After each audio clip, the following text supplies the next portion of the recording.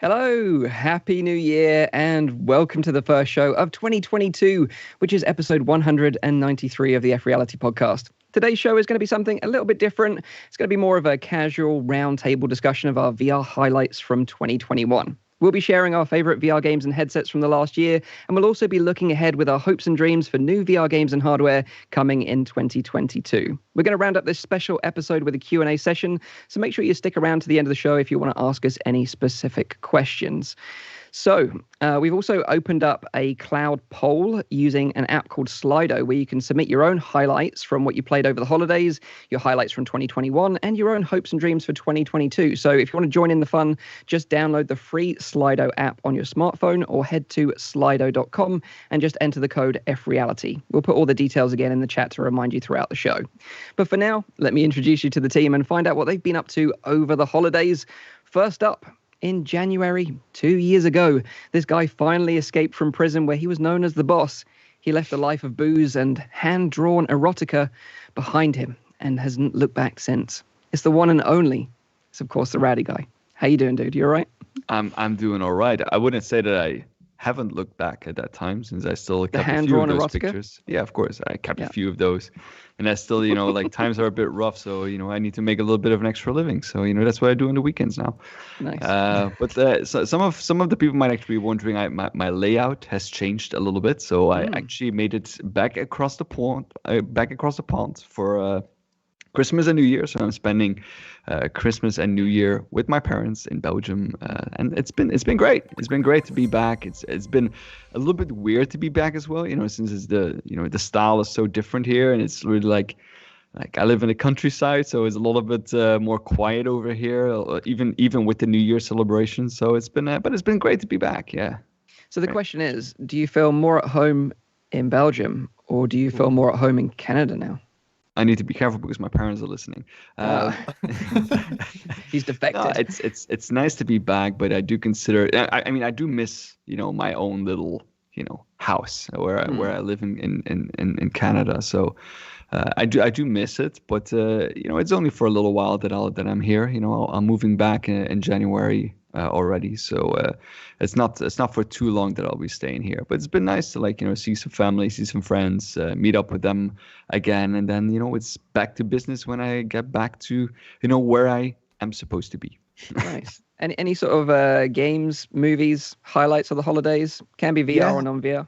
Yeah, so I think my highlight of the past couple of weeks has been the Steam sale, the Christmas sale. So I managed to spend a whole I always get, because there's also been my birthday, so I always get like Steam codes. That's like the kind of gift that they give me. So, but I never spent them immediately. I always wait up until it's like a sale. So I managed to spend a whole $20 in the last Steam summer in the Steam winter sale, and I managed to buy The Witcher 3, which I actually already played before, but I didn't have it on Steam. So I thought it was kind of nice. I spent the whole €8. I didn't play the expansions, and you got them for free now. And the new series has been on Netflix. I really enjoy that one, and I've really been digging back into The Witcher 3, the DLCs as well, playing that game. It's such a great game. I know that I don't know if Zim actually played that one, because he likes those kind of open worlds where you get lost in. And The Witcher 3 is maybe the big one in that. There are quests in that game that are probably bigger than other games around there. It's such a big game, and it's nice. It's something that I really enjoy, especially during lockdown, to disappear into a foreign world with a lot of lore and a lot of stories that are being told. It's been great.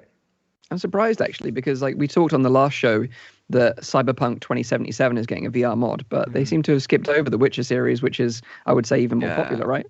Oh, it's huge. That series, especially now with the Netflix series. And I don't know if you guys saw on Netflix, but there's even a fireplace that you can now use from The Witcher. You mean a virtual fireplace? It's a fireplace that you Please tell me it's like Henry Cavill in the background just bathing himself. Yeah, well, almost. It is at Kaer Morhen, which is the Witcher's keep.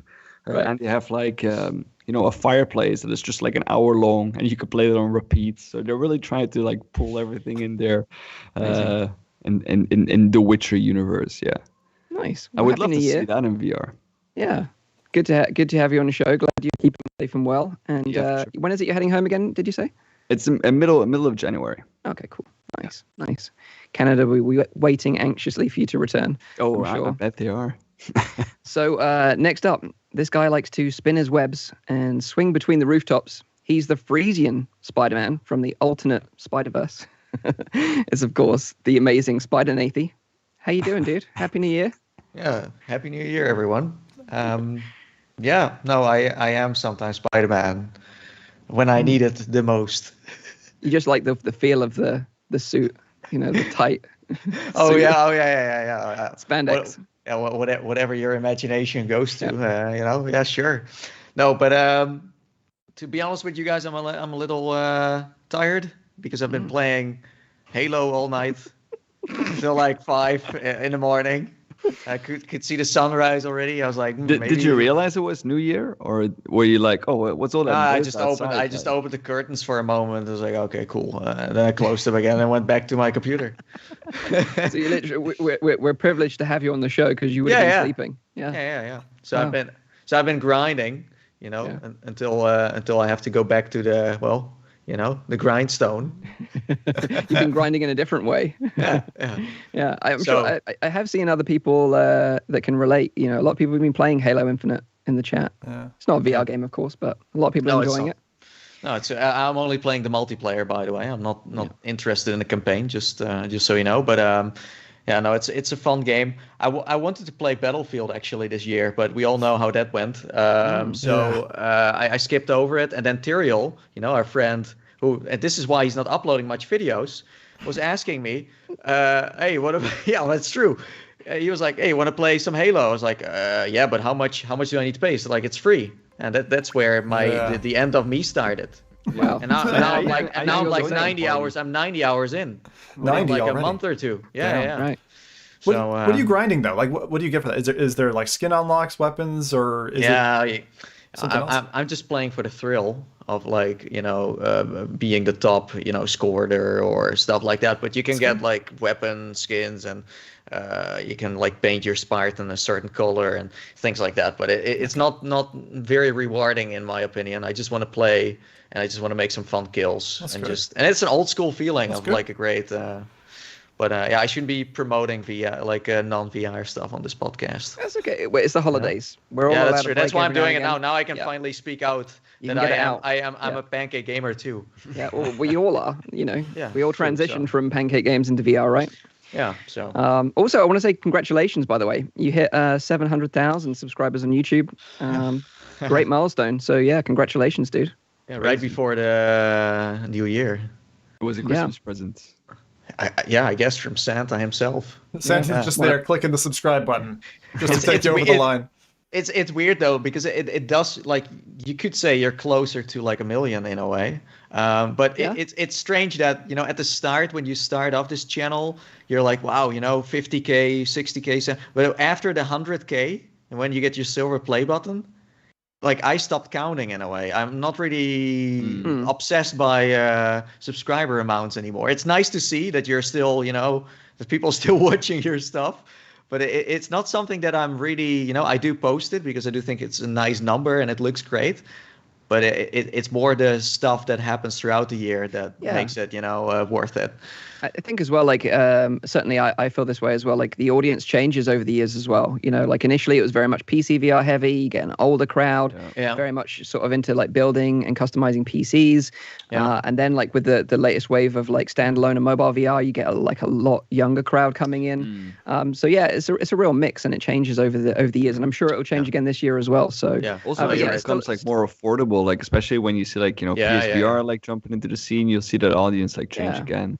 Great milestone though, so congratulations though, dude. Thank you. Should be proud. Very proud. So next up, this guy's latest book has topped the New York Times bestseller charts this year with his autobiography titled The Resurrection of Jim Barnaby. It's the legendary VR streamer, ZimTalk5. How you doing, dude? You all right? That's like future ghostwriting, man. Yeah, Happy New Year.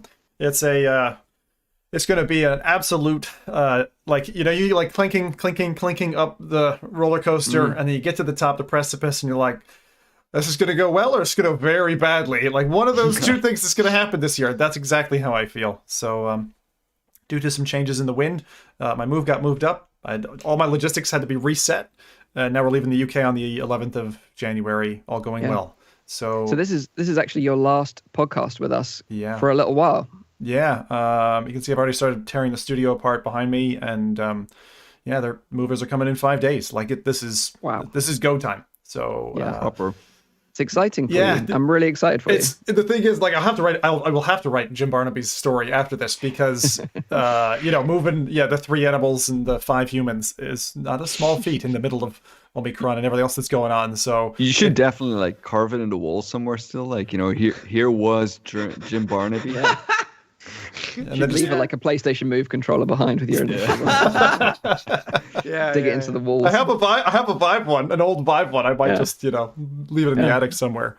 Leave your legacy entombed or something like that. Yeah. But we've been having a good time anyway. So he once lived a great VR streamer. I was saying this to the lads just before we started, but like I've played probably less games this holiday than any other holiday since I was like 8 years old because of all the paperwork and stuff that I've been doing. I mean, I'm not joking. I've been playing the game of itemize my entire house and value every single item in Canadian dollars. Like that's nuts. Like for sending stuff over the ocean, absolutely crazy. But aside from those fun games, the main one that I've been playing with my wife a lot, and I think I said this the last podcast as well, it's just Demeo.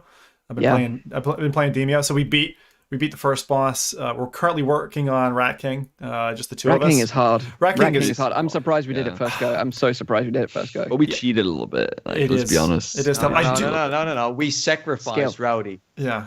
Multiple times. That's cheating. Yeah.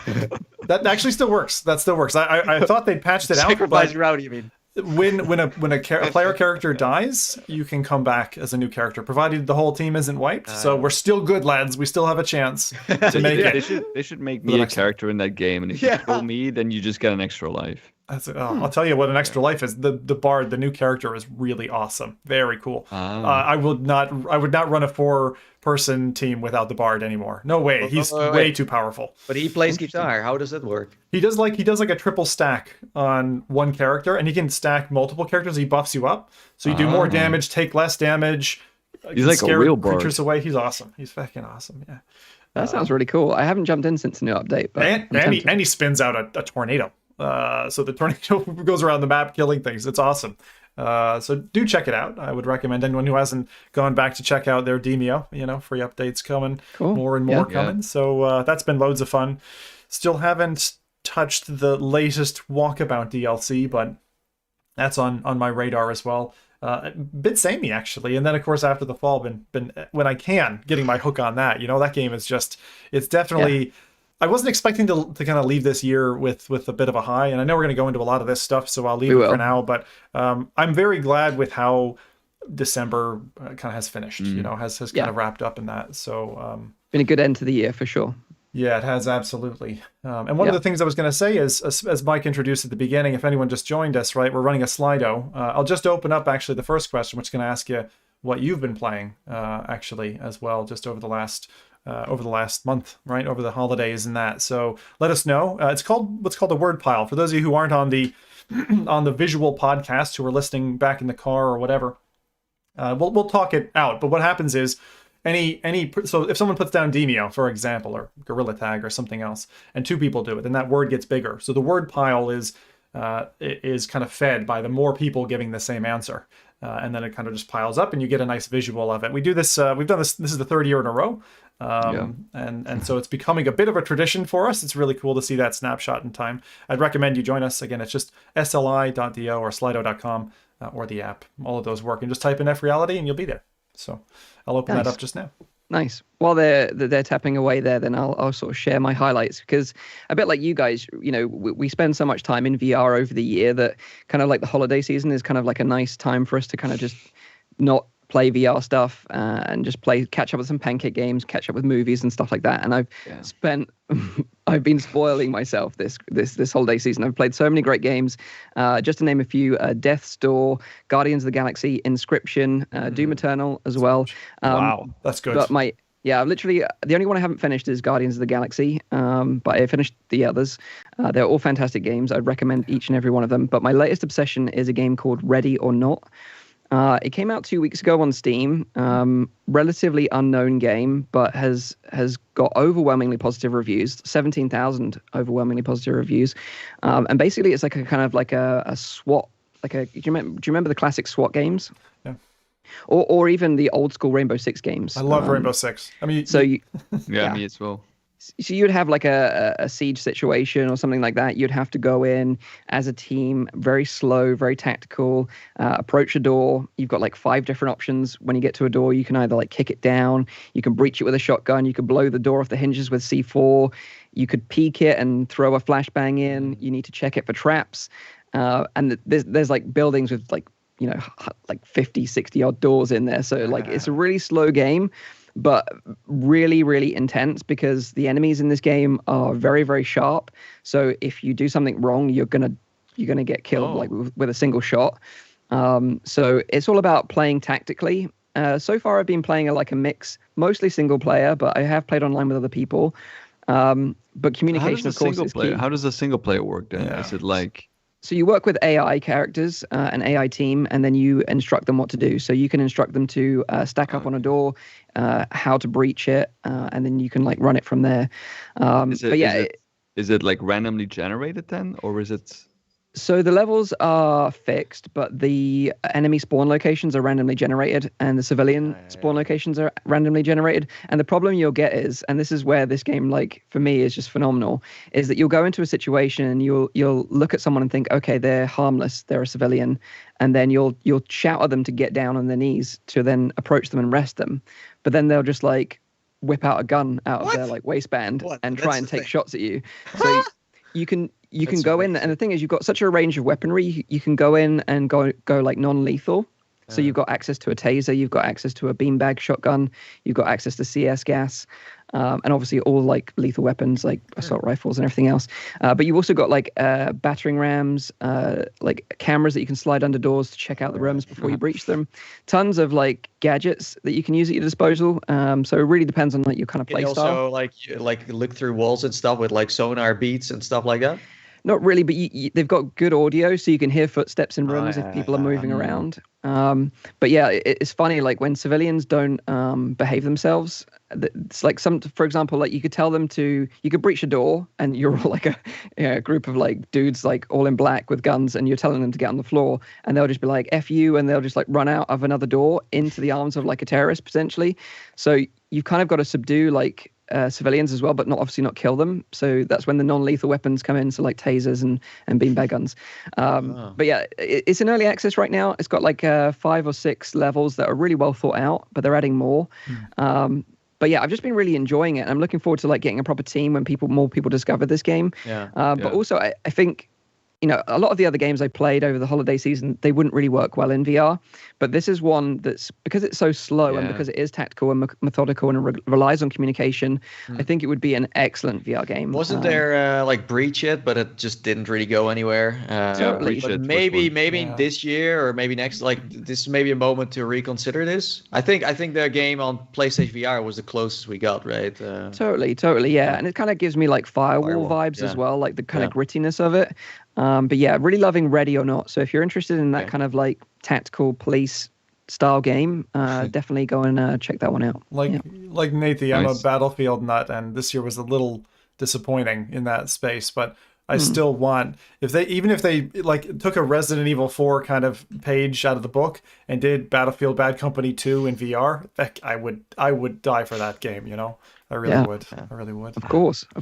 Bad Company was like one of the highlights of the Battlefield series, right? It's a funny one. Yeah. So maybe we can read out some of what the chat have been up to in the Slido. I just wanted to I was already ready to read it myself, but we got a Slido, so I'm just gonna kind of sit back and relax. I guess this should show up here. Let me just see here. There we go. Bingo. All right, so what have we got? So massive in the center, not a surprise actually, after the fall. A little bit on the periphery of that, we got Walkabout Mini Golf, VR Poker. Got surprised in that one. Demio, Population 1, Halo Infinite, VR Chat. And then we got a whole ton of other games. So we've got Puzzling Places, The Matrix, that must be the demo on PS5 if you missed it. Synth Riders, Poker Stars, Resident Evil 4, Lone Echo 2, Minecraft, still a popular one, although a modded thing. In Death Unchained, Unity Development. That's a good one. That's readying us for next year's list. How many hours you got in that? Yeah, exactly. Pistol Whip. What else have we got? Half-Life Alyx, of course. Moonglow Bay. I don't recognize that. I was like, well, what is that? I entered that one as well. It's a very nice fishing game. Very relaxing to play. It's free if you have an Xbox Game Pass. Okay. It's a pixel type game. It's really nice. Really relaxing. Cool. Good to see after the 4 getting so much love. It's absolutely getting love. And Demio. Yeah. Demio was second along there. That's fun. Yeah, I love that one. Fun. I'll leave that up for a little bit if anyone else wants to still chip in their game names. As I said, this is kind of the one with the training wheels. So now you know if you use the same syntax as everybody else, then that kind of adds together. And we'll do that again. So for the next one. Very cool. Very cool. So before we get into our highlights of the year, I want to say thank you to the first sponsor of today's show, and that is from our friends over at Resolution Games with Blaston. Now, if you've never heard of Blaston, it's a 1v1 bullet hell shooter where you must use an array of weaponry to take down your opponent, all whilst kind of dodging incoming fire. And it's all kind of slow-moving fire, so you can really get that kind of like Neo Matrix vibe going on. They've just released their latest update. It's called Arctic Blast, which adds loads more content to the game, including new weapons and characters. And also, this is really cool, you can create your own tournaments now. So you've got a brand new way to play. And you've also got these arenas that you can do in pass-through mode. So instead of having like a full VR arena, you can activate the Quest pass-through mode, and you can actually have Blast on in your own living room or whatever room you decide to play VR in. So kind of like a really cool mixed reality experience using pass-through, which is kind of unique. We've not really seen that very much in VR games. So props to them for adding something kind of cool and a bit different. That like always reminds me of that Magic Leap demo where they with the alien that comes through the wall and you pick up the gun and you start like shooting it, right? So that was like I can't remember the game. It was like the steampunk one. Is that what you're thinking about? Yeah. I can't remember what it's called now, but that was a Magic Leap game. But like it's which Magic Leap demo. That they were shown. That's what it reminds me of. With that mixed reality experience. Yeah. Exactly. So we've added links to Blast On for Quest and Steam in the description down below if you want to check it out. So thanks to Resolution Games for sponsoring the show. Also, thanks to Paradise Decay for not only the super chat for his continued support moderating the show. He says, "Happy New Year, everyone, and my favorite VR family." That's us. Very sweet, Paradise Decay. Exclusively. And it was great. Like we had a small respite in the year where we could actually go to events, and we got to meet PD and give him a hug in person. So that was also a highlight of my year. But yeah, like I said, like Zim mentioned, if you want to sort of submit some of your highlights from 2021 and your hopes for 2022 using the Slido app, or head over to slido.com and we can read out some of your highlights and hopes for 2022 later on during the show. But I've kind of got like a brief summary of my take on 2021 that I kind of prepared, and then maybe we can go into more of a roundtable discussion if that's okay with you guys. Sounds great. Yeah. So I think we can all agree that like 2021 has been a bit of a challenging year for everyone. It was the second year of this ongoing pandemic, which we're all still struggling through today. But I have to say, I'm extremely grateful that we've got access to this incredible technology in VR that's allowed us to experience other realities, whilst our own has kind of been a bit difficult, put it that way. So many of us have found a place in VR to either relax or to meditate, to work out, hang out, socialize, or play with friends in an incredibly immersive way that just wasn't possible for many of us in reality. And for many of us, it still isn't possible today. So I'm incredibly grateful that this technology exists in my lifetime. In 2021, the whole world became more aware of VR and AR technology, as well as everyone was talking about the metaverse after Facebook rebranded to Meta and shared their vision for the future. It became this huge buzzword in tech, and everyone referring to anything to do with NFTs, crypto, VR, AR, Web3, and gaming as a whole, all was kind of lumped into this kind of phrase, the metaverse. We're, of course, a long, long way from a true realization of the metaverse, but their vision of a shared virtual world is clear, and we kind of understand where we're heading. Despite many VR headsets being released in 2021, Meta are still leading the charge with the Quest 2 far and beyond any other player in the VR space right now. And leading up to the end of 2021, there was this huge surge of new VR users all opening a Quest 2 at Christmas, which was heartwarming to watch. And to see that excitement of people opening a Quest 2, particularly from the younger generation, kind of was very reminiscent of, reliving my childhood and opening like old school consoles as a kid, like the Nintendo, NES system and the Super NES system. So it's amazing to see that excitement in the younger generation in VR tech. Also, VR developers are seeing huge boosts in revenue, which is also heartwarming to see. And also, we as content creators have seen an increase in views on our channels. And there were also stats that indicated the Quest 2 potentially outsold Xboxes this year, which is also incredibly impressive. In VR 2021, in 2021, VR really started to go mainstream. So despite a challenging year, VR has continued to grow, and I'm hopeful this year will be even better for the industry as more competition enters the space. So I kind of want to end this summary by saying thank you to all my VR friends and colleagues, especially you guys on the FReality podcast. I want to say thank you to all the supporters of the show and all individually of our channels. I want to say thank you to the VR hardware makers, and also thank you, most importantly, to the incredible VR developers for making a challenging year a much easier one. And here's to an epic 2022. Happy New Year to you all. Yeah. Cheers. Very nice. Very nice. Yeah. So yeah, it has been a challenging year, but like I say, it's been better because of this tech being available and the amazing games and experiences we've been able to play this year. So I thought maybe we would sort of each share some of the highlights in VR that we've had this year, and also share what we're excited for the year to come. So anyone wants to go first in terms of things that really stood out for them as being special this year? I don't mind going first. Sure, go for it. I think as well, because of the lockdown that we've experienced, and some have had it a bit tougher than others. I know that Montreal is currently back again with a lockdown. Even an evening clock has been reinstated, so everyone needs to be inside by, I believe, 9 p.m. Or 10 p.m. So that makes things rough. And for me, VR has been a way to kind of escape that, as well as a bit of escapism. And I always like to play single player games. So I've always been a very big single player because it allows that escapism. But at the same time, I see especially VR as a social platform. So I think that the two big highlights for me have been probably one of the best single player experiences that we have received on the game. And it's a little bit of sad story as well, because it's probably the last PC VR game that we'll see for a little while. That was Lone Echo 2, of course. I think that was an incredible release. We waited a very long time for that game to finally come out. Yep. But I mean, it delivered, and it probably didn't sell as well as many of the other Quest titles. But I'm still very happy that we received that game, and that you could disappear into that world for a little while and experience that story. And I would highly recommend that for everyone, to anyone who's into single player experiences and wants to get into a very sentimental story in a very nice way.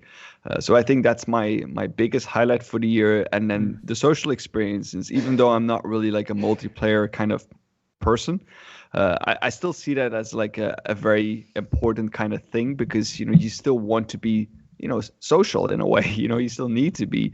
And I think that VR is an ideal medium for that. And for that, I think that Demio for me was probably the big one, because it allows you to bring in friends together into a very cool kind of game, very different from any of the other multiplayer games that I've ever played, even in non-VR. I've never played something like this in non-VR. But that game really, really, really blew me away in how it delivered and the story that kind of allowed you to shape. Yeah, and that was the thing. Playing Demio with you guys was also a highlight of the year for me. It wasn't the highlight, but it was a highlight. But definitely, I never got into tabletop gaming as a kid. So people that got into Warhammer or Dungeons and Dragons. But that's exactly how I'd imagine that feeling to be, just gathering around the table with your mates and going on this epic adventure together. And the thing is, there's so many moments that still stand out for me, sacrificing you the first time we played together. Every time we played together. and the struggles of taking down the Rat King, because it was a struggle, and I think that was before you had like a save system that they've now implemented since into the game, so you had to like do your run in a single go, and I think we were clocked in at 4 or 5 hours. It was getting really, really late, but we just kind of pushed through and made it, and it's that struggle and that we all experienced together that just made it really stand out in my mind as a memorable experience. Yeah, it reminded me of when we took down the Devouring in that, what was it, 5+, it was almost 6 hours, where you have to do it in one run. And like you could tell, even halfway through that, like halfway through the Devouring, I could tell Nathan was like noping out already. He was like, I'm just exhausted. I'm done with this. Not enough. And then, I think all of us got there with the Rat King, because it was like we are toast. Like there's no way we can knock down this wall, but we just managed it. We managed it in the end. And to be honest, that's what the last 2 years kind of feels like. It feels like we've just managed to bust through 2 brick walls with our heads. And like what Rowdy said, I mean, if you're not getting the social through VR, like how are you doing it? I mean, Zoom calls suck. I think VR is the only way that I've been able to see body language, like in that spatial environment. And this is the thing that shocks me, and I really feel badly about, is anyone who went through those last 2 years and didn't even know VR was a thing, hadn't experienced it, didn't have that as a tool, a coping mechanism even to kind of get through, because to me it's been so critical. Like anytime I've not felt like had a hard day, had a hard week, had a hard year, whatever, it's like that's a great door just to be able to open whenever you want to just step into that world and just go somewhere else. And you don't have to go to the same place. You can go to many different places, and it's amazing. It's just really, really incredible. I think as well, like what Rowdy said, if you're not even like a people person, a game like Lone Echo 2, which was also your highlight, is a fantastic example of a game that you can really just immerse yourself into and fall in love with the story and the characters in that game, and really get yourself immersed in it. That was a great game. And I think, like you said, Rowdy, it's a bit sad to think that might be one of the last great PC VR games for a while, at least. I'm sure it will eventually go full circle, but for at least the foreseeable future, it will be one of the great last ones. But yeah, it was long overdue, but definitely worth the wait for sure. Some good recommendations there. What about? I wanted just to say one thing on that, Rowdy.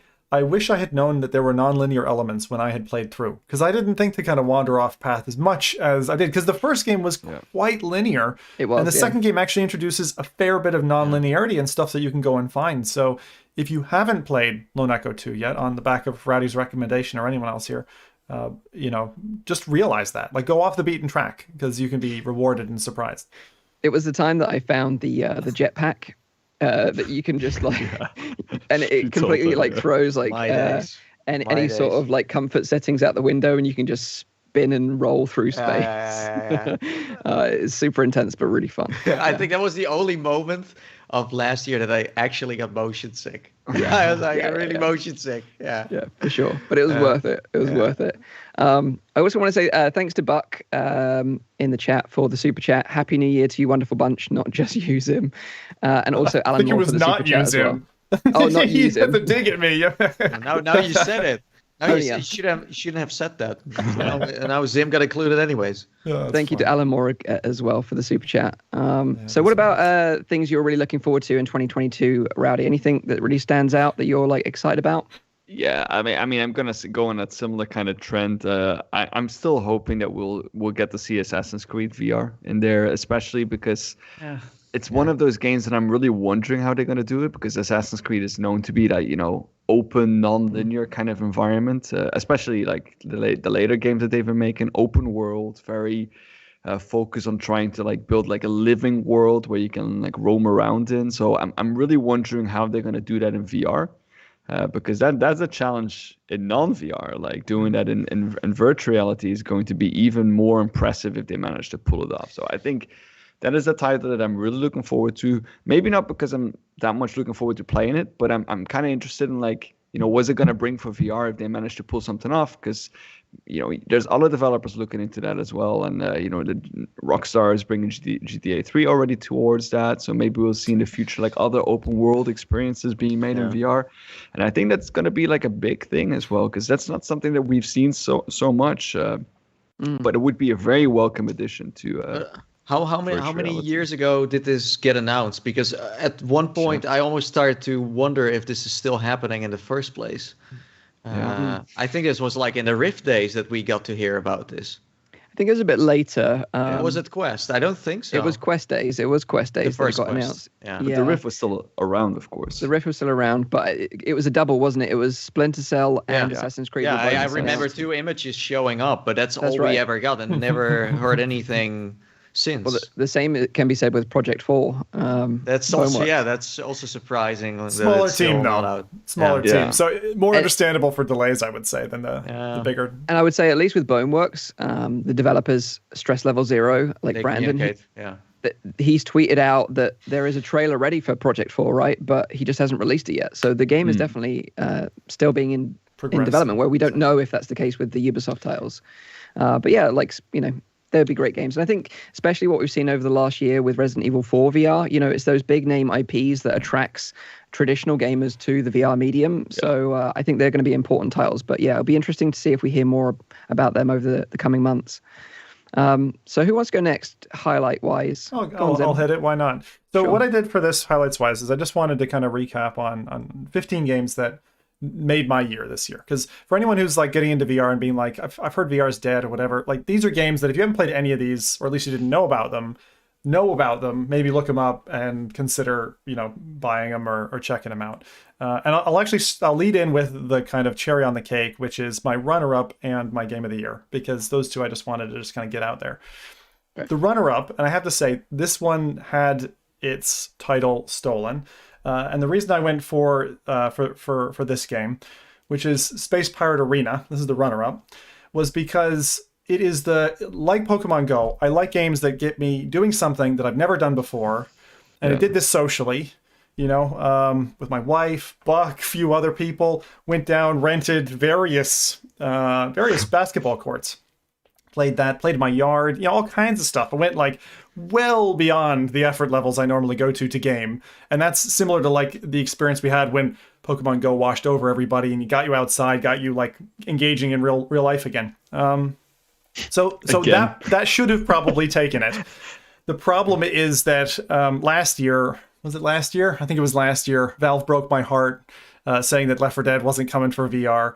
But then Vertigo saved the day, brought out After the Fall, and honestly, for everything that game gives, even though it's 5 campaign levels at the moment, it's still good enough to take the title for me for Game of the Year. So After the Fall took it. It took warm up. I definitely had to play it. Like, it wasn't in the first hour or two, and that's very similar to last year's winner, which was Medal of Honor. And again, applause to that team to even bringing that to Quest, because I'm glad that that's portable. I'm amazed that's portable. For those of you with enough, space on your flash drive or whatever. But so that's the kind of headliner. I just wanted to start off and say that After the Fall stole it in December, and I can't even believe that, because I kind of had my mind on Space Pirate Arena for a long time, and I hope it doesn't get lost or forgotten about because of the 10 by 10 meter space that you need for it. People should still buy it, try it. It's absolutely incredible. And the biggest tip I can give you is, if you have a mobile phone, cell phone, use a hotspot, rent a court, or go to a local court, right? You're not doing this in blazing sun, indoors if you can, in a well-lit space, 2 quests, and it's amazing. The thing that really gets me on that one, and the reason I thought originally it was a Game of the Year candidate, the fact that you can create your own levels is really, really fun. Yeah. We managed to do that. You can save like 3 different configurations, build your own level, then play laser tag in it. You can build your own fucking laser tag arena. Like, that's insane to me. It's absolutely insane. And to have had that experience with my family, my friends, I mean, that is a huge gift to me. And I hope that they get back what they put into that project, because it was a huge risk to make something so overreaching. It's just already crazy that technology is available to us right now. Yeah. Like, I remember as a kid, like laser tag, was like a 1 year experience, once in a year experience, maybe. Everyone was like looking forward to that. Yeah. But now you could do it in your backyard, or it's rent like a court and like just do it yourself. It's just mind blowing that that's possible. Yeah. Before you move on, Zim, to your other recommendations, because those 2 games shared 2 of my highlights as well, so I thought I'd kind of chip in with some of my thoughts on that. But Space Pirate Arena definitely deserves credit 100% because it did something that no other game has done yet. And that warehouse scale or arena scale VR experience is a must try. And I think the payoff for making the effort to find a place to play it is definitely worth it. And even us, like Buck mentioned it in the chat, but we was at EGX, the Eurogamer Expo in London, and we found a place in the corner of the convention center that no one was using, and we turned it into a little Space Pirate arena, and we played together, and it was just great, to play with John and Buck and PD as well. And it's a magical experience that even if you're used to playing VR traditionally, when you play it in an arena scale environment and you're free to run around completely untethered, it really is magical. There's something magical about it. So props to iLlusion for making something so special. It's one of the first proper holodeck games, if not the first, because there have been room scale experiences before, but that kind of, you totally forget and you're just in that other place, even if it's a lo-fi environment. It just takes you somewhere else. I honestly think if you could give an award for like most innovative developer of the year, it's them, because they were pushing a new genre. Like most of the games we see are, it's again a shooter, and it's always kind of like the same. It's still fun, but this is like, pushing something out that isn't necessarily mainstream. It's like a niche within a niche, but it's amazing, and it sells VR. And I do think this game, like, it did get some hype, not as much hype as I expected, but I do think this will return at some point, maybe in a year or so, and then suddenly this game is getting its second release, and then suddenly everyone sees the potential of this. The pandemic hasn't helped, the whole going out with your headset thing, but on the flip side, you mentioned after the fall, we've been playing a lot. So Zim and I, Buck and Reese DeKing, also VR YouTuber, we've been having a great time with it as a team. And I think that's the thing. If you can find a dedicated team, have a little Twitter group or have a little Discord group, play regularly together, you'll have like the best time. We've just been having such a great time. And it's almost like the game has become second place. Like just hanging out with the guys has just been like so much fun, It is. And then when we finally cracked like a master level, oh my God, the euphoria, because we've been working on it for so long. It was great to finally crack that together as a team. So that was another great moment for me this year. The difficulty balance of Master in After the Fall. Once you get there, like it is like fine wine, cheese, like wonderful, absolutely wonderful. There aren't many games that like hit that for me, where it's like it's tough enough, it's like a proper challenge, but you can still break through. And it's great that it's leveled enough that with 4 people or 2 people, you can still manage it and get that done. The harder difficulty, I don't know if I'm ever gonna. I don't know. It's probably beyond my human. Nightmare. Yeah, maybe not. I would love to watch. I think I've watched someone play Nightmare, and they were very, very like they had tricks like that we picked up along the way. But yeah, it's great game. Looking forward to see how that evolves over the next year, because they've really got something special there. And if they invest the time and effort, like they did with Population 1, like Big Box did with Population 1, then they've got a real gem on their hands there. So yeah, props to Vertigo Games with After the Fall. What are your other recommendations? So I'm going to go quick here because I don't want to take too much time. So the year started off, and this is kind of in pseudo chronological order, mostly in order. Gorilla Tag, okay, that one. Again, running around the playground, amazing. If you think it's for kids, fucking be a kid again, right? Be a kid again and try it. Second one, The Climb 2. I really like that Climb came back again for new players. That came out this year. It's so weird. This is a very long year. This year has been very long for some reason. This feels like 3 years glued together for some strange reason. So I really like that The Climb came back. I would ask them, please, multiplayer, right? We want that. And a PC release as well, because they do have a PC build laying around. Yeah, because that it's pretty as hell, right? Yeah. Beautiful. It's a gorgeous game. And like, if you really want to climb something in an amazing environment, that's one. They do those nice little trinkets as well. Finding, I don't know, Nathan, you picked up most of them. You would know them. What kind of trinkets can you find in The Climb? You mean like the a gnome Easter eggs? Things like that. It's like Gnome Chomsky UFO stuff. And some little toys. Yeah. True. You can find all kinds of things. Then next, and this game I think didn't get applauded enough for long enough. So again, I'm just going to blow a little hot air into it. If you like horror games, I really, really liked The Maturity and Cosmodread. It isn't just a short fuse horror game. You'll be playing a good probably 4 or 5 hours before you kind of clock it, right? And it'll take you maybe 1 to 2 hours to kind of get it done, and then feel like, okay, pat myself on the back, I've done it. So this is from the creator of Dread Halls, which was a very kind of bite-sized, 7 to 12 minute experience.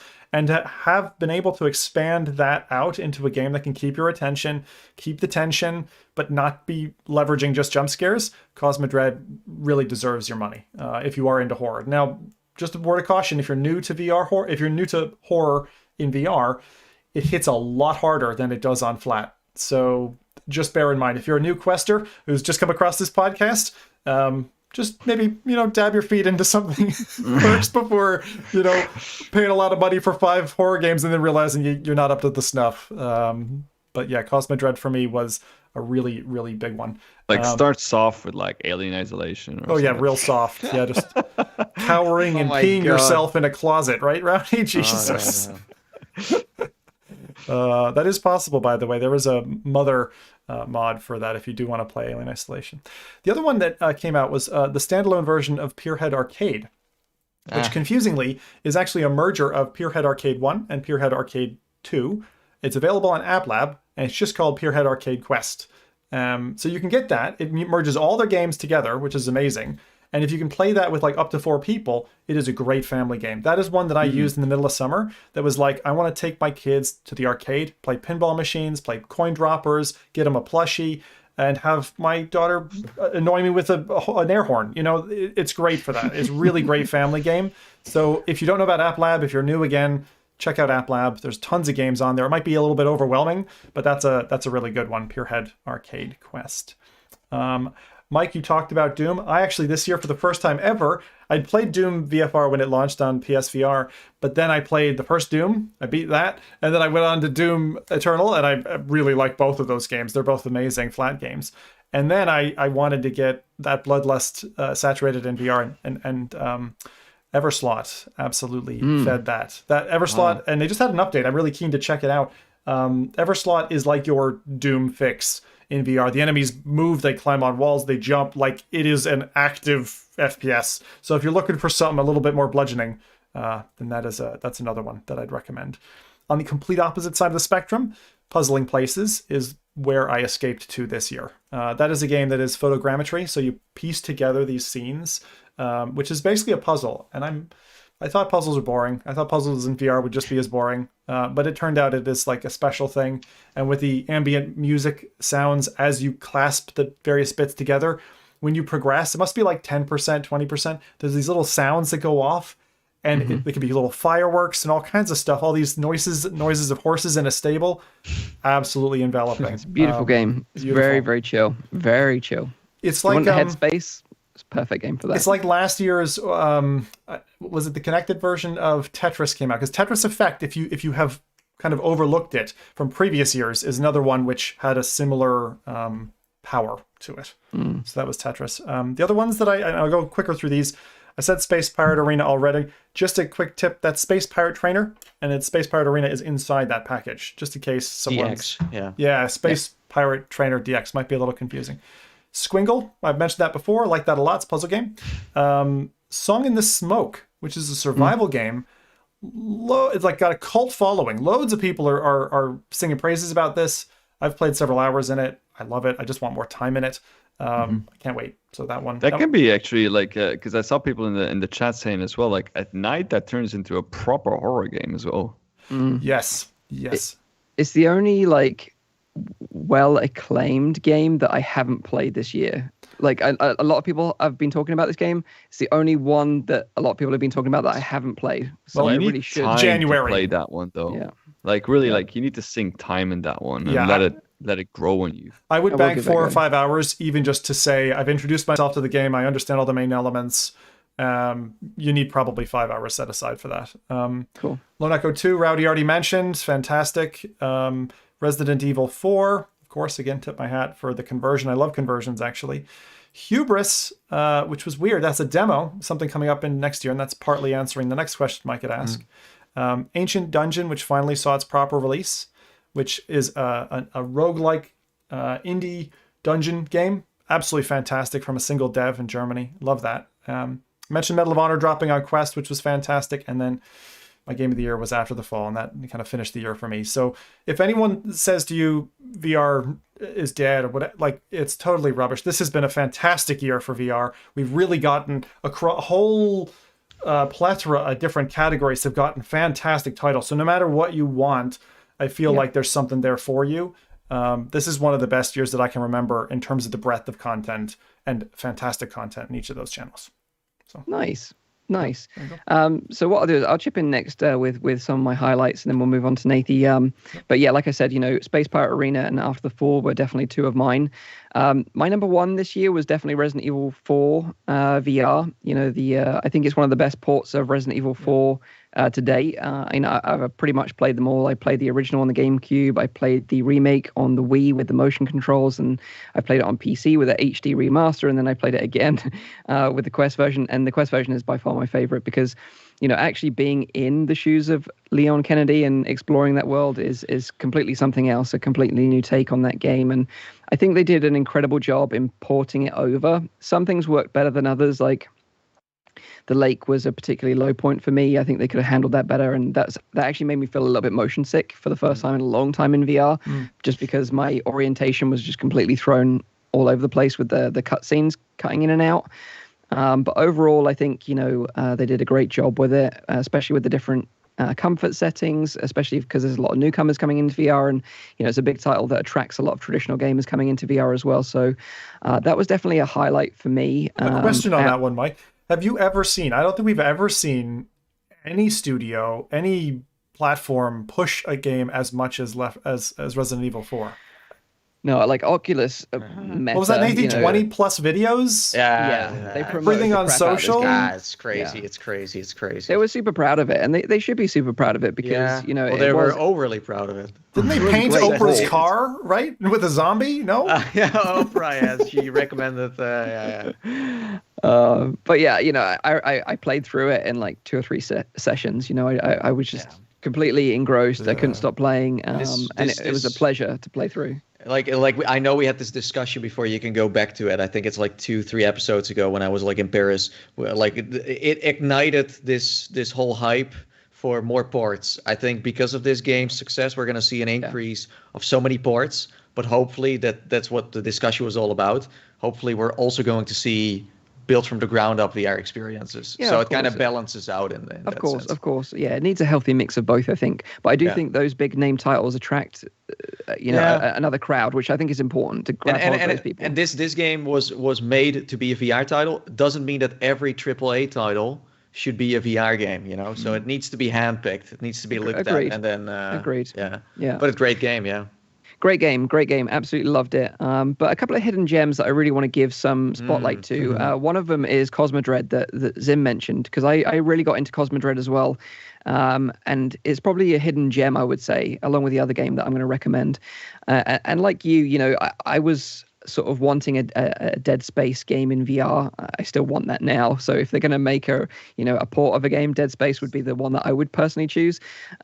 Works very similar to Resident Evil 4, so I think it would work well. But Cosmodread kind of scratched that itch a little bit, and it had the same sort of vibes. You're on your own. It's very claustrophobic. It's very dark. You've got these monsters on a ship, but it's a roguelite. So, if you die, you start from the beginning again, but you get access to different weapons and modifiers and stuff to make the game a bit more interesting.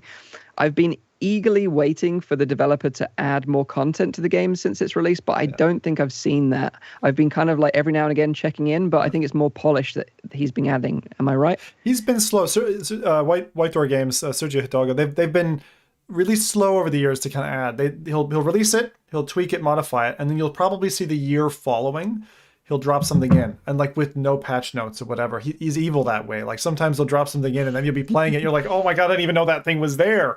The most interesting thing about that game you just reminded me of is just the battery system. The fact that you have to decide between lights and like powering certain things, and then you have to like drop batteries in certain places. It's just really a smart game design, I think. But I just became obsessed with it because I just wanted to finish it. I just wanted to know what happened. And I just, and the whole premise is that you're on a ship, you're running out of oxygen, it's full of monsters, you got to escape. It's that simple, but you just want to know what happens when you do escape. And, it's a fantastic game. Like, so definitely one of the indie hidden gems that I would say that maybe past a lot of people by, but you should definitely go and check this one out. The second one I would say is The Secret of Retropolis, which is one that I was recommended by Nathy actually, and I know it was kind of like a hidden gem for you as well.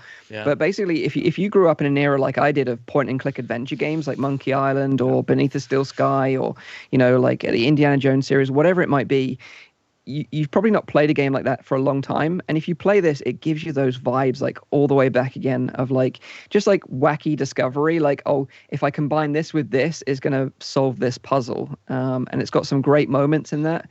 Also some fantastic dialogue due to the great voice acting. And it's just got this really nice like indie vibe about it, but just a great short story. So, you could probably complete it in an hour and a half, I think. Maybe even less. Yeah. It's one of those perfect Sunday games, And there's more coming too, right? I think this was like the first episode. It kind of feels like you're in a noir comic kind of thing, right? Right. Yeah. So you're like this like robot detective. That's basically the premise, right? It's a masterpiece. Yeah, it's great. And I would say things, yeah. I would say that like I said, it's a great Sunday game. So it's raining outside. You don't want to go outside and walk the dog or whatever. You've got like a couple of hours to kill. Buy this game, fire it up. You'll have a great, memorable experience in VR, and that's the secret of Retropolis. And I think the best part about this is that first they were an app lab, and they told Oculus, "Listen, this is what we have. This is like it's too short to be a game." But then in the end, maybe because of all the support, maybe because of like how well it was made and stuff, it did come to the official store. So I'm very happy that stuff like this does. Maybe it takes a bit too long to get there. I wish it would have just gotten on the store like maybe like a few months in, but still it's now on there, so it gets some more eyes. This is amazing. It's great. It's really great. It feels a bit like an Oculus Studios game from back in the day. Remember we used to get all those like hand-drawn Oculus Studio titles, and I do feel like they still have people in the organization who want to fill that, and so anytime a title comes up that isn't just the same thing we've seen before, they tend to greenlight it. I'll just use the Steam term, right? And they kind of promote it to the storefront. But thank you for the recommendation, by the way. That is well worth. You both recommended it to me, and I went away and I took you up on it and played it. It reminded me of Day of the Tentacle. I used to love playing those LucasArts games. Loved it. It's just and the thing is, it's just like Demio. Once you see that equation, you're like, I just want more of this. I'll have this times 10, please. So hopefully we get more like that. Yeah. So that was Resident Evil 4 VR and Hidden Gems, Secret of Retropolis. I keep forgetting the name. Retropolis. Madrid. So what about you then, Nathan? What were your highlights of this year? You guys scooped up all the games already, but Retropolis scored very high on my list too, and especially because of the fact that I kind of got lost in the whole VR lineup where I was like, where are the games with, and we said it for many years now, with a good story, with something that you like, the gameplay comes second almost. And that was like Retropolis. For me, Resident Evil scored high too. I never played it before. I thought it was amazing. Felt like it never ended. You're playing a AAA game, and it feels that way. It got completely reinvented. Also, for a game that looks so ugly on the Pancake, it looks amazing in VR. It's something magical that you can't describe. Especially the first moment I got into the menu and you see this church, and you hear like the moment where you start the game, like Resident Evil, and you're like, okay, this is kind of cool. Because I did play all the other games beforehand to kind of get into the vibes. But I thought it was as good as like one of the classics on just the PlayStation. Yeah, so and it ran beautifully on Quest 2 as well. Like it ran so well, and I think that was due to them only releasing it on Quest 2. It was heavily optimized for that headset. Yeah. So it was a steady frame rate throughout, and it just felt buttery smooth to play. Yeah. And also, of course, also because of the hype that it brought to the whole VR scene. This was before Christmas, right? So people were hyped before a Christmas season, and that's kind of rare to see on that scale. yeah, my number one is definitely Lone Echo as well. It's the same with Space Pirate. I hope this will live at some point, will be revived at some point, because it maybe if you look at this year or like last year, like for developers, doing marketing has never been so difficult, because all these games we talked about so far are amazing, but I feel like they never really, like, after they came out and then a week after everyone already kind of forgot, right? It's almost like it was hard to kind of sell your games to people. I don't know. Of course, people are busy with all kinds of stuff. But Lone Echo for me is like the top of that, where it's a AAA title that comes out. PC VR is pretty much dead in a way. Will kind of return now with all the new Quest users, because I don't know about you, but you see people looking for PC games instead of, because they want single player, they want big and long stories. But yeah, Lone Echo, amazing. Maybe they waited a bit too long to, launch it, but it was fantastic. So I don't know, like I wasn't pretty sure about what we were going to do here. So I also made a list of 3 titles that I was really disappointed by. I don't know, do it, man. because we're having highs and lows. Oh, you got some lows. Yeah, go. Yeah, I have some lows too. Let's just go for like top 3 here. So on number 3, I have Star Wars, the new one. What's Tales from the Galaxy's Edge. Tales from the Galaxy's Edge. I thought that from the Vader Immortal series we would go a step up, but instead we kind of went the other way. Although for new users, they kind of made it for that, not for us necessarily VR enthusiasts, but I felt like there was more to it. But the gameplay was kind of basic and felt, bare bones. But it was Star Wars, so you couldn't really hate on it. That's the problem with these kinds of games. Vader Immortal in many ways felt more epic. It felt epic to be in, whereas... But it wasn't really a game. It was more on rails and... more filmic. Yeah. But then we went for more of a game, but then you could see that the developers weren't necessarily super experienced in, making it. So...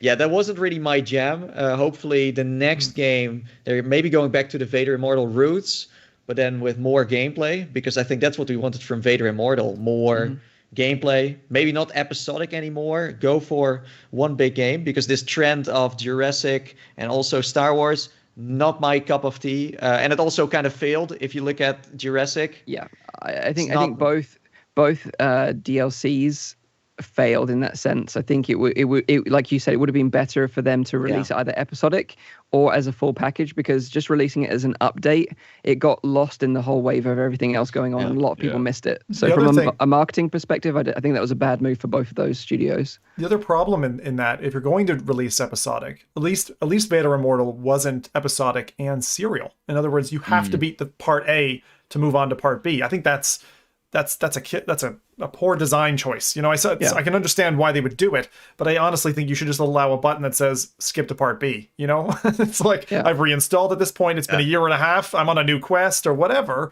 People don't want to just necessarily play through the first half. Arcanian in the chat says, I'd like a Mandalorian VR game. 100% behind you. I think everyone can agree with you there that we would definitely like that. I thought we did that, and then you flushed the little dude out the window. No? Anyway. Flush Rowdy out the window. Again, every time that we play together, I get sacrificed as some way or form. Ritual. But as I said about this list, Nate, is number 3 the third disappointed one? So it's gonna scale. It's not necessarily the worst game, but it's more like what you're like most disappointed in. No, but I do want to say I do recognize why it was made that way. As we said, like you can make more cash with, splitting everything apart.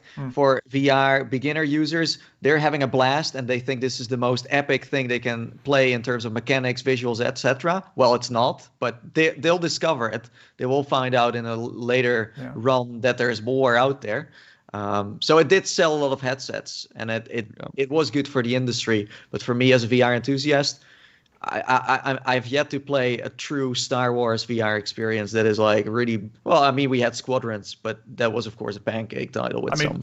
But to be fair, pinball was pretty amazing. The pinball one. I'm joking there, but actually, you know what? When I had COVID earlier in the year, it was one of the only VR games I could manage because I was laid up on, and there's not much that works well laying down, but actually pinball works oddly. Yeah. So, then on number 2, I have Larsenauts. Oh yeah, fucking Larsenauts. I have been keeping my eye on this game since the moment it came out because I already I can tell you when we played this game up front because we got to play it early. I already saw the issues it had in terms of like the gameplay mechanics. As I said, I thought this was a pancake game before, and they ported it over to VR half baked, and they just launched it. I did warn the developers. I said like this might backfire. This is maybe you should work on it longer, but they were going to launch it. They had no other choice. Didn't go so well for them. I think it had a lot of backlash. It does seem like there is a small community playing it, so it is making its comeback. They are updating it. They are working on making it better. But the first rule with VR games is if you screw up the launch, there is barely a return. You know, you're not going to get the audience back who first was excited for it. That's I think you're absolutely right in calling it that, because over the years. But it could have been the Overwatch. It had the elements to be a great hero shooter, again a genre that we hadn't seen in VR yet, and I was most disappointed because this is the developer who made Farpoint, and they went from Farpoint to this. You know, so Farpoint was amazing. I want Farpoint too, man. That's gonna be please. Well, maybe that's why this game was so bad, because they're working on an epic game for PlayStation. So maybe this will get its, but I don't know. I just don't really feel Larsenauts. And then on number 1, I have Sniper Elite. Oh yeah. I agree with that one. That was again like I played the PC version because I felt like, you know, everyone is constantly talking about standalone. I want to play this on PC. And then what I played was a Quest part of like barely any like visuals and everything. I was like, I could better play this on the Quest. And I just, that was for me an eye opener where I was like, okay, yeah, PC VR is really not getting any appreciation anymore. It's like, okay, let's just give them the Quest port because we're not going to sell much on PC anyways. So let's just go for that. But I mean, it did give me the Sniper Elite vibes. I thought the AI was extremely dumb. I watched a podcast this week about someone who said, like, if there's something we want to see getting improved in every aspect of gaming, it's AI, because AI in video games is, you know, kind of tricky. And in VR, of course, we're, you know, a little bit behind with that, and we have to kind of step it up even more. Those were worse than like Counter-Strike pod bots. I mean, they were. It's bad in a way when a bot can outgame you just by wall hacking and that type of a thing. That's the problem. Like you would you know, point your head over the parapet as you're taking your sniper shot, and the guy would just instantly snap around and know where you were. And those kind of design flaws really can ruin a game that isn't a multiplayer experience. You know, you rely on that being a cornerstone. But you open an interesting question there, Nathan. Like, why hasn't, you know, AI/machine learning helped assist in the development of AI, or maybe those two fields just aren't yet plugged into each other? There isn't an easy API that can tie into something like that to let your game engine run away and kind of develop that based on human behavior, because that would do it, I would think. Now it sounds simple on paper, but I just haven't seen that system yet. You know, credit to them for launching the game on multiple platforms all at the same time, because that's no easy feat. But I do agree in that it was a title that doesn't really stand out in any way, shape, or form in my mind from this year of VR titles. No. It's just very generic. This is a bit like Larsenauts. I feel like it fell victim to the whole pandemic situation. Sniper Elite was meant to come out on the PlayStation. But never. Well, it did, but in the end, they kind of postponed it because they saw the Quest selling so well. But again, like, you're waiting so long. Like some games, it's the same with Eye of the Temple.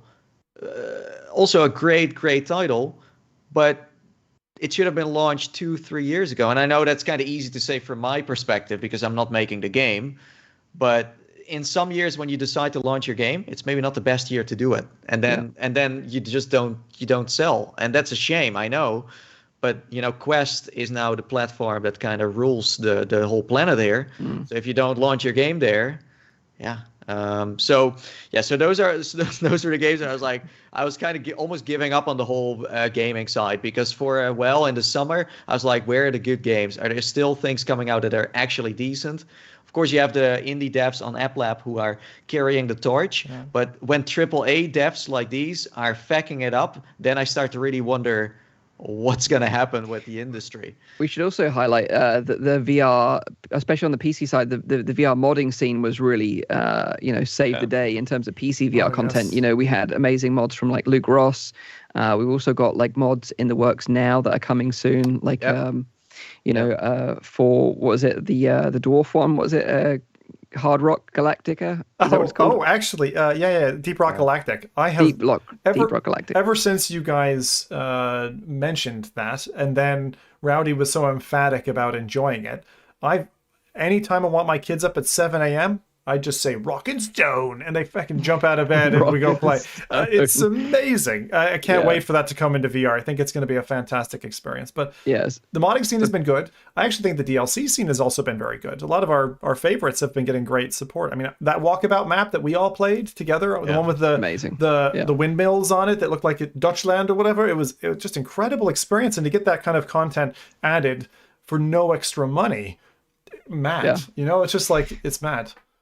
So what about the chat? Obviously they've been submitting their suggestions for their show that off now. For their highlights for the Slido. Absolutely. So let's go ahead and see. So so what we asked was, what were your highlights of 2021? And the big bold text, and I wish I could back endorse this myself. It says end of COVID-19. Is the biggest flat. I don't know. It's over. I don't think it's over. Lance. Did I miss a memo? It's now COVID 2022, right? Okay, exactly. Yeah, we're on a totally different strain now, aren't we? So maybe if we're very technical, that's it. For everything else that's in the periphery here, Mike's Siri moment. That was amazing. Mike, do you want to tell the tale of what happened there? That's definitely a highlight. That's amazing. I don't know how this happened, but like I had my Apple Watch on and I was talking about the Vive facial tracker and how it worked, and I was showing it to the camera, and obviously I was in close proximity to my watch as I was speaking, and for some reason it said something like, "I don't understand what you're talking about, sex." I was just like, where did this come from? You said Valve Index at a certain Valve point. Index, right? And it hurts. Yeah, so I got trolled by my own Apple Watch, so that's what they're referring to there. That was amazing. But that's your explanation. I still think you set a reminder for something, Yeah. I had an important meeting later on. I love that about the show. Like every year, there are some new memes getting created, and this is one of them. Also, Jim Barnaby, that happened at like, and also Zim apologizing to himself because he was so tired of doing the show. I love that stuff. I will never forget. Your apology. I still have a box in my attic from the UK Border Patrol that Nathan sent me a box labeled Jim Barnaby. I'm like, you can't send me shit that says Jim Barnaby on it. It's going to get blocked and lost to customs. Oh, that's brilliant. They're really good moments. The other things on this list, by the way, whole bunch of different things. Eye of the Temple, that's one we didn't mention, which again is a bit of a genre buster, right? So it's another room scale game. We have so few of these. Another one that I know had difficulty marketing itself and all that. This mentions Guerrilla tagging with FReality. I don't know who put that in, but it's obviously had more than one vote. So good one there. Guessing Serpo or Caroline. Probably. The Room VR chat, Into the Radius, Finding Nathy, and VR Oasis. Very nice. Both of your channels, I think. Someone said going to high school. I'm glad we're out of that. Actually, I didn't much like high school myself. Started streaming on Twitch. Updates on PSVR 2. Absolutely. That was. I'm sure we'll get into talking about that in a little while. What in the world is Tales from Soda Island? Do you guys know what that is? Someone trolling me. Is that like an adult feature or something? I have no idea. I don't know. So we always get some trolly ones, but that's essentially the word pile for. So were these then the highlights in a way of all the gaming stuff? Because I don't think we have been talking about hardware yet. Not hardware yet. That's coming. So let's get into it then. So like I think it's fair to say we all used the Quest 2 this year. Is there any headsets that stood out for you guys? Obviously, I've tried a lot of stuff. I tried the Vario Aero. I tried the Apara 5K, which I talked about in the last show. I've tried an underwater VR headset, the Ballast VR diver headset. That was kind of crazy. I thought the G2 getting a revision was good, because that's still, for me, if I didn't have the Quest for cabled VR, I probably would go there. As much as the controllers are a bit, Controllers sucked. Yeah. But for as a simmer and for somebody who saw Skyrim through that headset, I would do that headset. If sorry, the first one, I would buy that. For a sim enthusiast, I'd definitely recommend the G2 for sure. For a traditional like average gamer, I wouldn't so much. Yeah. No, but if Quest 2 didn't exist, what would you have someone buying? I would still Index. Choose the Index. It'd have to be Index, that would be my second favorite. Yeah, you wouldn't have standalone VR, then it would still be old PC VR, right? I want to say PlayStation, but it's so outdated now that you just can't. But it's a great system if you look at it overall, But Index then. I think because PSVR is the bargain bin. The Lynx, right? The Lynx. Did that stand out for you as like a headset that you would? Yeah, no, definitely, because it's a bit what people are talking about with like Project Game VR now, where it's like this portal between VR and AR, and it kind of blends together, and it's like this next level way of like stepping into VR and then step out of it, but then you're in augmented reality. Yeah, it's amazing, and I hope that this guy gets to sell it, because I like if you look at the hardware that came out, everyone's like making hardware like. But in the end, with Christmas, I only see Quests. Yeah. I don't see anyone unwrapping an Index. And of course, the algorithm plays a part too. There are, of course, some people who got. But overall, looking at the bigger picture, I didn't see people get a Vive Flow. I didn't see people get a PlayStation VR or an Index or a G2. And that's like, I would just like to see people think about, okay, what can we actually sell to consumers? Yeah, I think as well, like the funny thing with the Quest thing, and something I want to talk about, was that everyone was just referring to it as the Oculus, right? Yeah, absolutely. And if I was like Meta now, the branding department, I'd be like, we've worked so hard on this brand. Everyone knows this brand now, and it's synonymous with VR. It's almost like the Hoover thing, like Hoover was a brand before it was known as a vacuum cleaner, right? They've almost got that tight-knit brand that is synonymous with VR now. And to just say we're going to drop Oculus and call it the Meta Quest 2, I think it's the biggest mistake they'll probably ever make. And I wonder if, having seen all these responses over the Christmas period, that they're like, okay, maybe we'll call it the Meta Oculus Quest 2 or something like that. I don't know, and retain the brand. What do you guys think? Buy Meta or something. I still think they're going to do that buy Meta stuff eventually. See, what do you mean by buy Meta? I would be happy with. Yeah. But the indication was when they rebranded it was going to be called the Meta Quest 2 in the future. Yeah. I think if they step back on that, I don't think they're gonna like call it like the Meta Oculus Quest. I think they would do Oculus Quest by Meta. I'd be happy with that. The thing is, you can see it on their website, kind of the direction they're taking this, even after the announcement, right? If you go look at their past history, like I just went down to download a copy of Oculus's software. It says Quest 2, and it says, Oculus Rift S, Oculus blah, blah, blah, blah. It has a whole back history. But what they're trying to do, I think, as they've been doing for the last 5 years, they're just modeling off of Apple.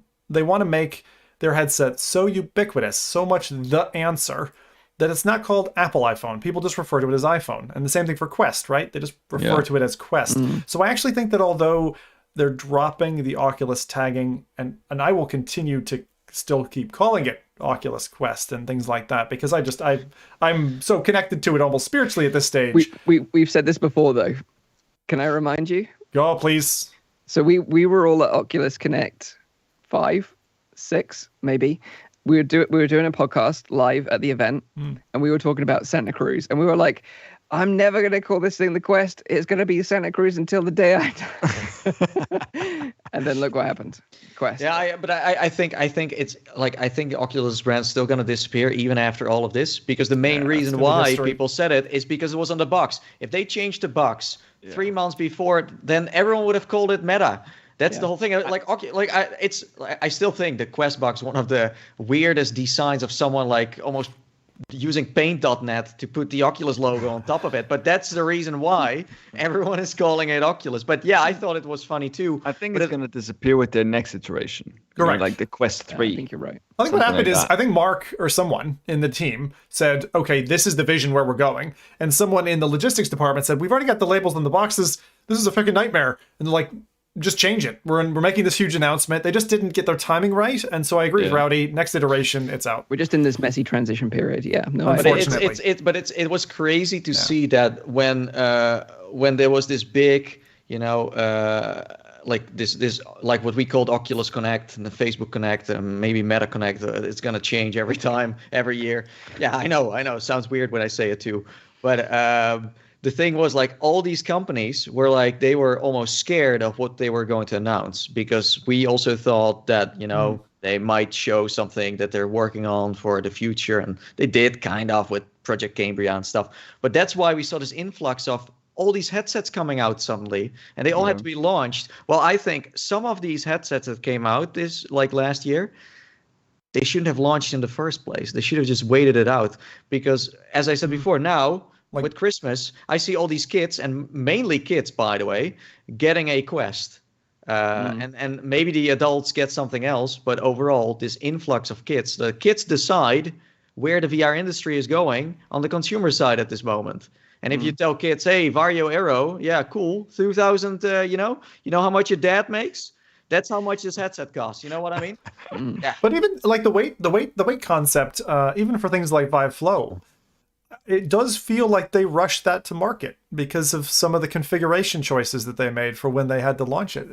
They felt like they had to rush. I think that was the thing. And of course, the whole, like, with the pandemic, it's hard to even make bets now. When do I launch stuff nowadays?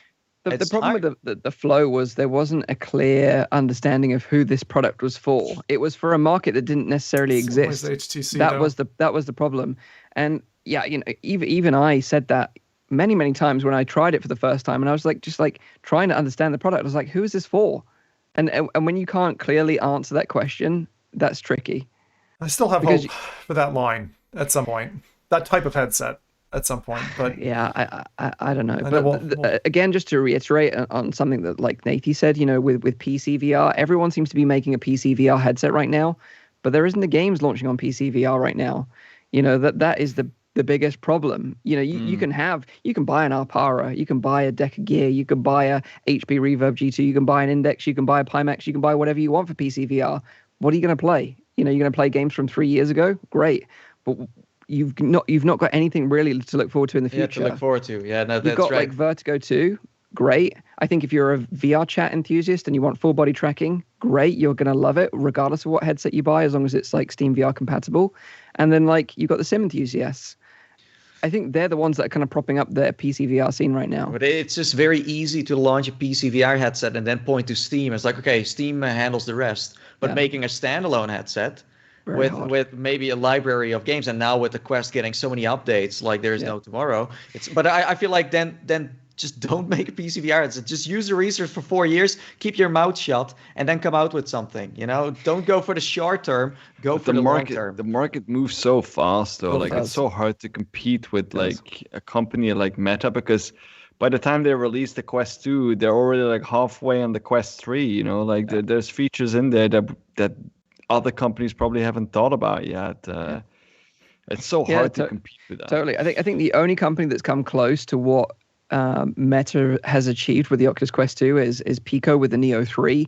Obviously, it's not available over here in the West yet, but what they're doing in the Chinese market is so smart. They've got all the devs on board. They're making ports for their headset. It's really fantastic. Hardware-wise, it's a solid headset. Obviously, they're backed by ByteDance now, who own TikTok. So we could see a huge resurgence from them, and especially if they start targeting us in the Western market, that'll be a really interesting play. But I think, moving on, and this is where we kind of get into our wants from 2022, hardware-wise, and we've been talking about this on the show for a long time, is all about PlayStation VR 2 for me. That is what this year is the thing that I'm most excited about. Is PlayStation VR 2. And it's not necessarily just the hardware. We know that the hardware is likely going to be pretty decent. It's still going to be tethered from what we understand. They're going to use a USB-C cable, a long one that plugs into the front of the PS5. And I know that they've still got stock issues with the PS5. Getting hold of one is still very hard. And I understand that. It's going to be challenging for them. But where I think they're going to really shine is with the content. And we've said this before. PlayStation have always had a solid library of content. Amazing. They've got a curation process just like Meta do with the Quest 2 content. but it's always stuff that's got like high polish. They've got a high QA standard. So when you buy a game on PSVR, you know it's going to be quality. And we've seen some of the best VR games full stop. So this is kind of like funny because so many people are jumping on the Quest 2 wave. They don't even know that like Astrobot exists. They don't even know that like Iron Man exists. Blood and Truth exists. Static exists. Moss was one of the first. But those are exactly the games that Quest users who now get a Quest 6 months from now want to play, and 100%. Then their headset ends up on the shelf. So this is the stuff. Like we're gonna see a lot of remasters for sure. Like all these games that were already on there are gonna come to the new controllers and for the new headset and stuff. But the games they're gonna make, as you said, they have such a good eye for picking the right games and also at which moment, because I think if you put PlayStation versus Meta throws out 3 great games in 1 month. Well, PlayStation's like, okay, let's see. Okay, we have January till December. Okay, so we have a great game at the start of the year. Let's do one in the middle and then at the end. And kind of tell people about it that it's coming. So they keep using the headset. Well, with Meta, okay, so you had Resident Evil. What can I expect in 2022? No one knows. Oh, yeah, you wait until we do the game show somewhere in March. Just wait, Yeah. Well, this is, I mean? It's funny because the transition to the new year, I feel like every year we go through this where we get into this dry spell where you're like, what's the pipeline exactly? What's coming next year? Like, we know there's some hardware coming, but having seen the physical form factor of the controllers, some of the patents and stuff like that have been out there, you've already got like this... I don't know about you guys. I'm salivating a little bit. I know, Mike, you are, obviously. It's like something to look forward to. But when you were saying the thing about it being a tethered headset, which the penny hadn't dropped to me until you said it in the way you did. Someone doing that USB cable to the PS5, the bulky behemoth that it is, I can just imagine how people usually have it sat on this, like, right near their TV on a TV mount or something. It's just getting dragged off and smashing into the ground. So I hope that doesn't happen. I think that's the only thing that is going to hold this headset back from a marketing perspective is that so many people are expectant on wireless VR now that's going to be the biggest drawback for anyone, I think, is going back to a tether. Whether PlayStation are working on a wireless solution, I have no idea. It would be smart if they start working on that prior to release, so it's maybe available 6 months, a year after launch.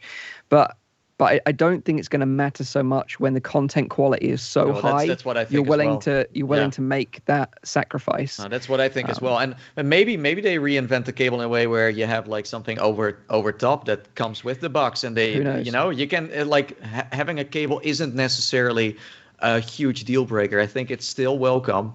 That it's still there. Even that, we were so used to the Quest, but besides the Quest, there is no competitor. So if the competitor has better games, then the cable is not relevant anymore in this case. The cable isn't a deal breaker for me. The thing that was the problem with the PSVR was the tracking. The tracking mechanism, the fact that you were limited to forward-facing tracking. And the controllers sucked. Yeah. For me, the controllers were the big... I mean, they worked their way around it with like making games like static and stuff like that, and like also like Farpoint, bringing different controllers into. Aim controller, for example. But with this new one, imagine that problem being gone now. Yeah. And still like that's where this is like I really think that Meta has a serious problem with PlayStation. They have been underestimating what they're going to do with this, and they have also said that they're going full in with PlayStation VR now.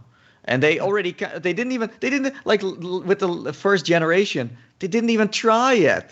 That was just kind of here's some stuff. Hey, have fun. Bye.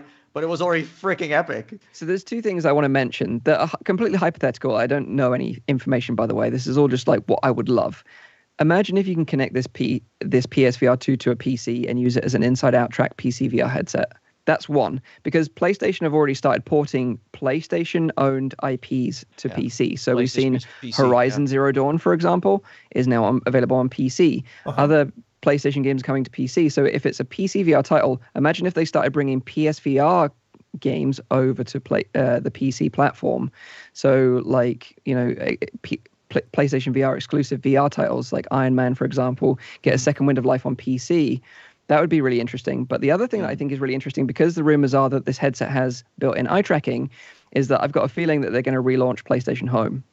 and this is going to be a competitor for social VR on what Oculus are offering with Horizon and everything else. Really hope that Sony do social right, because as someone who has dipped in and out of Sony's offerings over the years, I have never felt like there's a lot of social going on because of the volume of players and the great content and the system performance and all of that.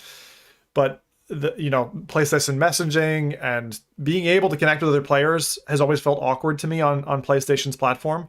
Yeah. I hope they're able to kind of transition away from that in a transformative way, simplify their interface, and win on social. Because if they can, they could really hurt Meta in that spot. And next year for me is all about competition. I think between Sony's offering and whatever Apple's coming with, if they're coming in 2022, I really want to see competition. I really haven't liked this vacuum that we've been living in for the last year and a half, where it's all just been Quest. It doesn't make for a very colorful rainbow of a podcast for us. We talk about Quest a lot, and I think it feels like we talk about it too much. And I would love to see PlayStation come back into this space, and I would really like to see from the AR angle, or even AR stroke VR, I'd love to see Apple absolutely come in with a golden hammer and just smash something in here that doesn't exist at the moment. Well, I do hope that Sony delivers, though. We still we have almost zero information about what they're actually coming out with. It's still a bit of a waiting game to see if they actually can pull something out of their hat. It's true, of course. We're just we're hyping it up to the point where we're just really hoping that this is going to change the market. But I do think that the games that can run on a PlayStation 5 are nothing compared to what you can experience on a Quest. And I'm not talking about the visual side of things, because as we said with Resident Evil, it's not relevant. But we're talking about, being Iron Man for 8 hours straight, Not talking about party titles where I'm going to go bowling and darting for an hour or two, and then I have to buy another new game. No, I'm talking about AAA hardcore stuff, next level. Plus, this is also something you should not forget. Right now, you see Meta very focusing on the American market. PlayStation is very well known in the UK, very well known in Europe. We all had a PlayStation back in the days. Also in Japan, of course, and in America. Well, with Meta, it's like, oh, this is US only. Oh, our giveaways, US only.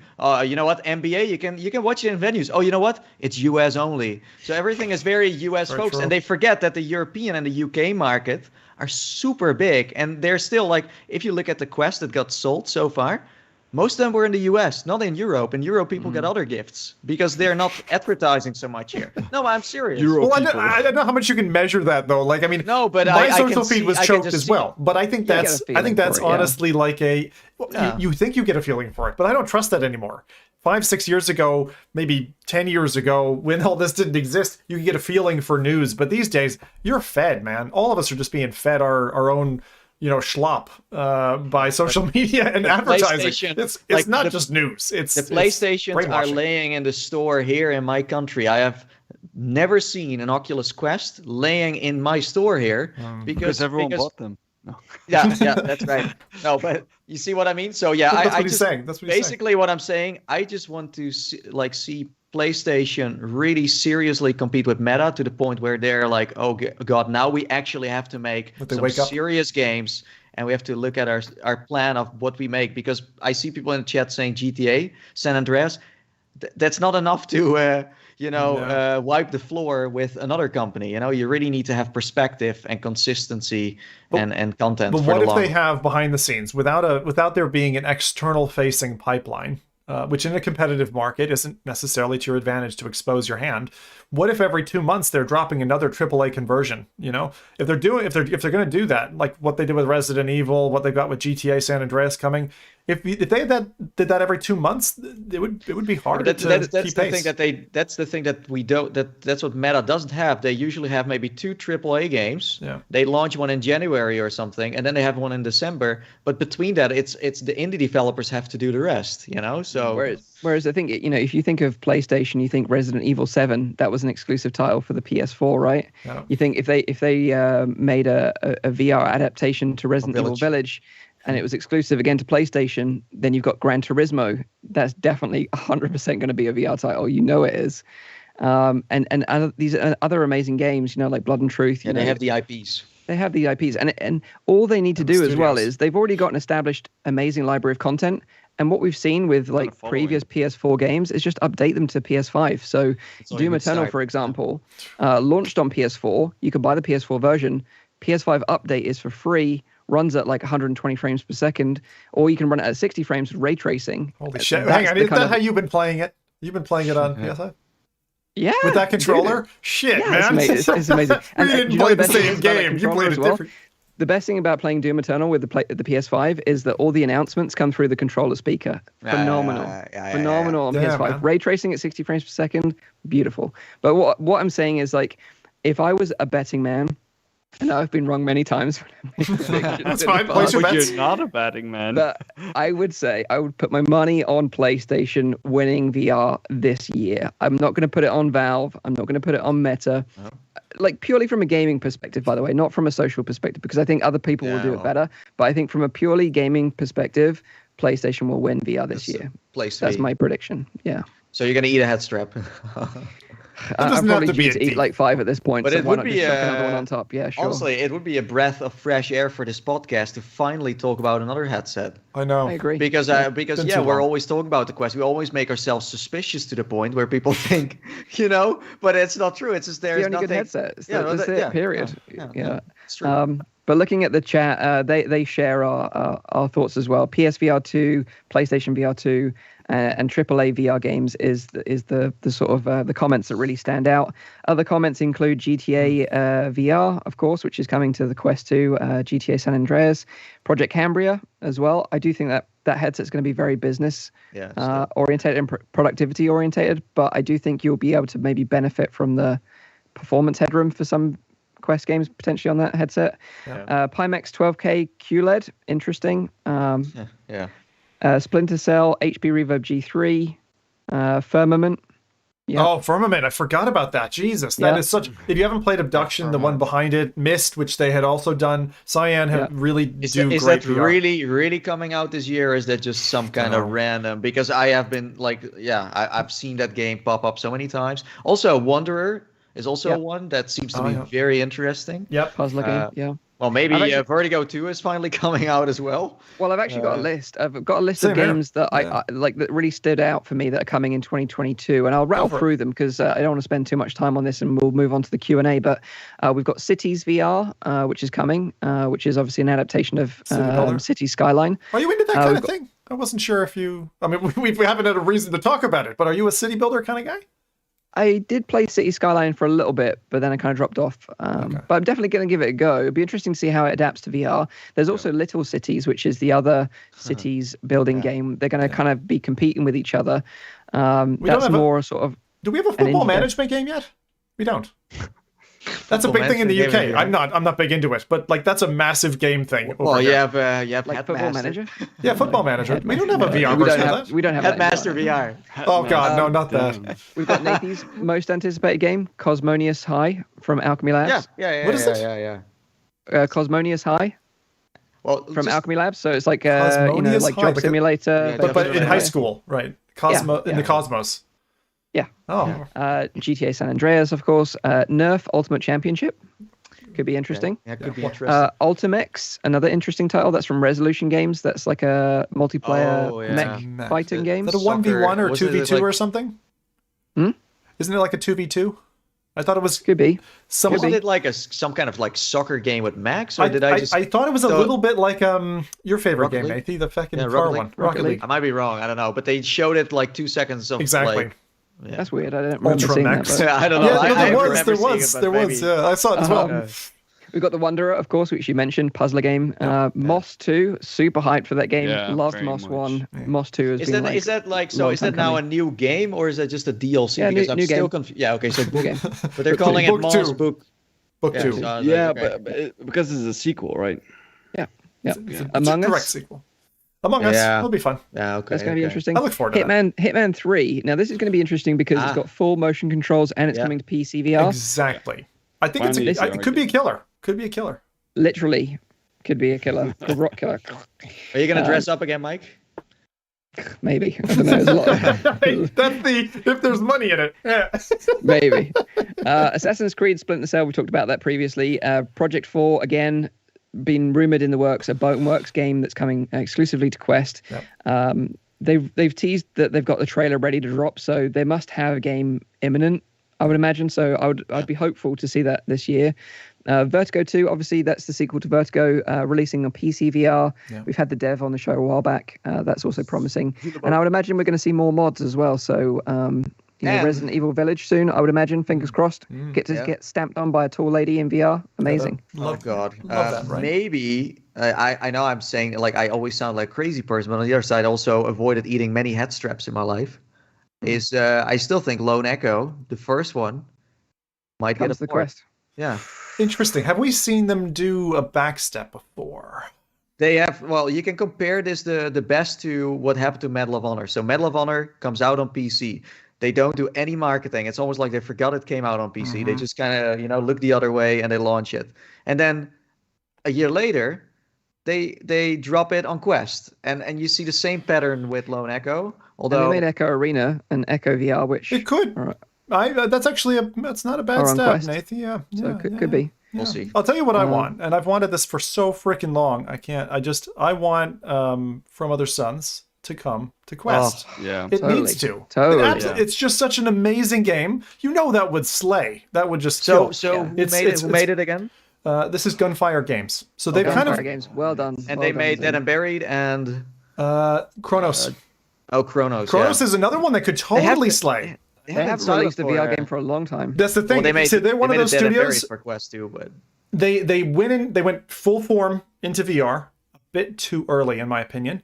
They didn't get the return on investment. I'm almost convinced. I don't think Chronos made enough of a splash for what it must have cost to make.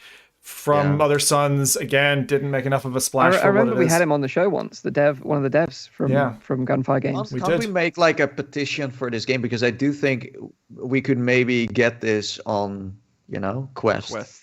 We'll just start a chant. Every week we'll do it. It's one of the ones that I hope. The other one is, we're talking about all kinds of games coming over.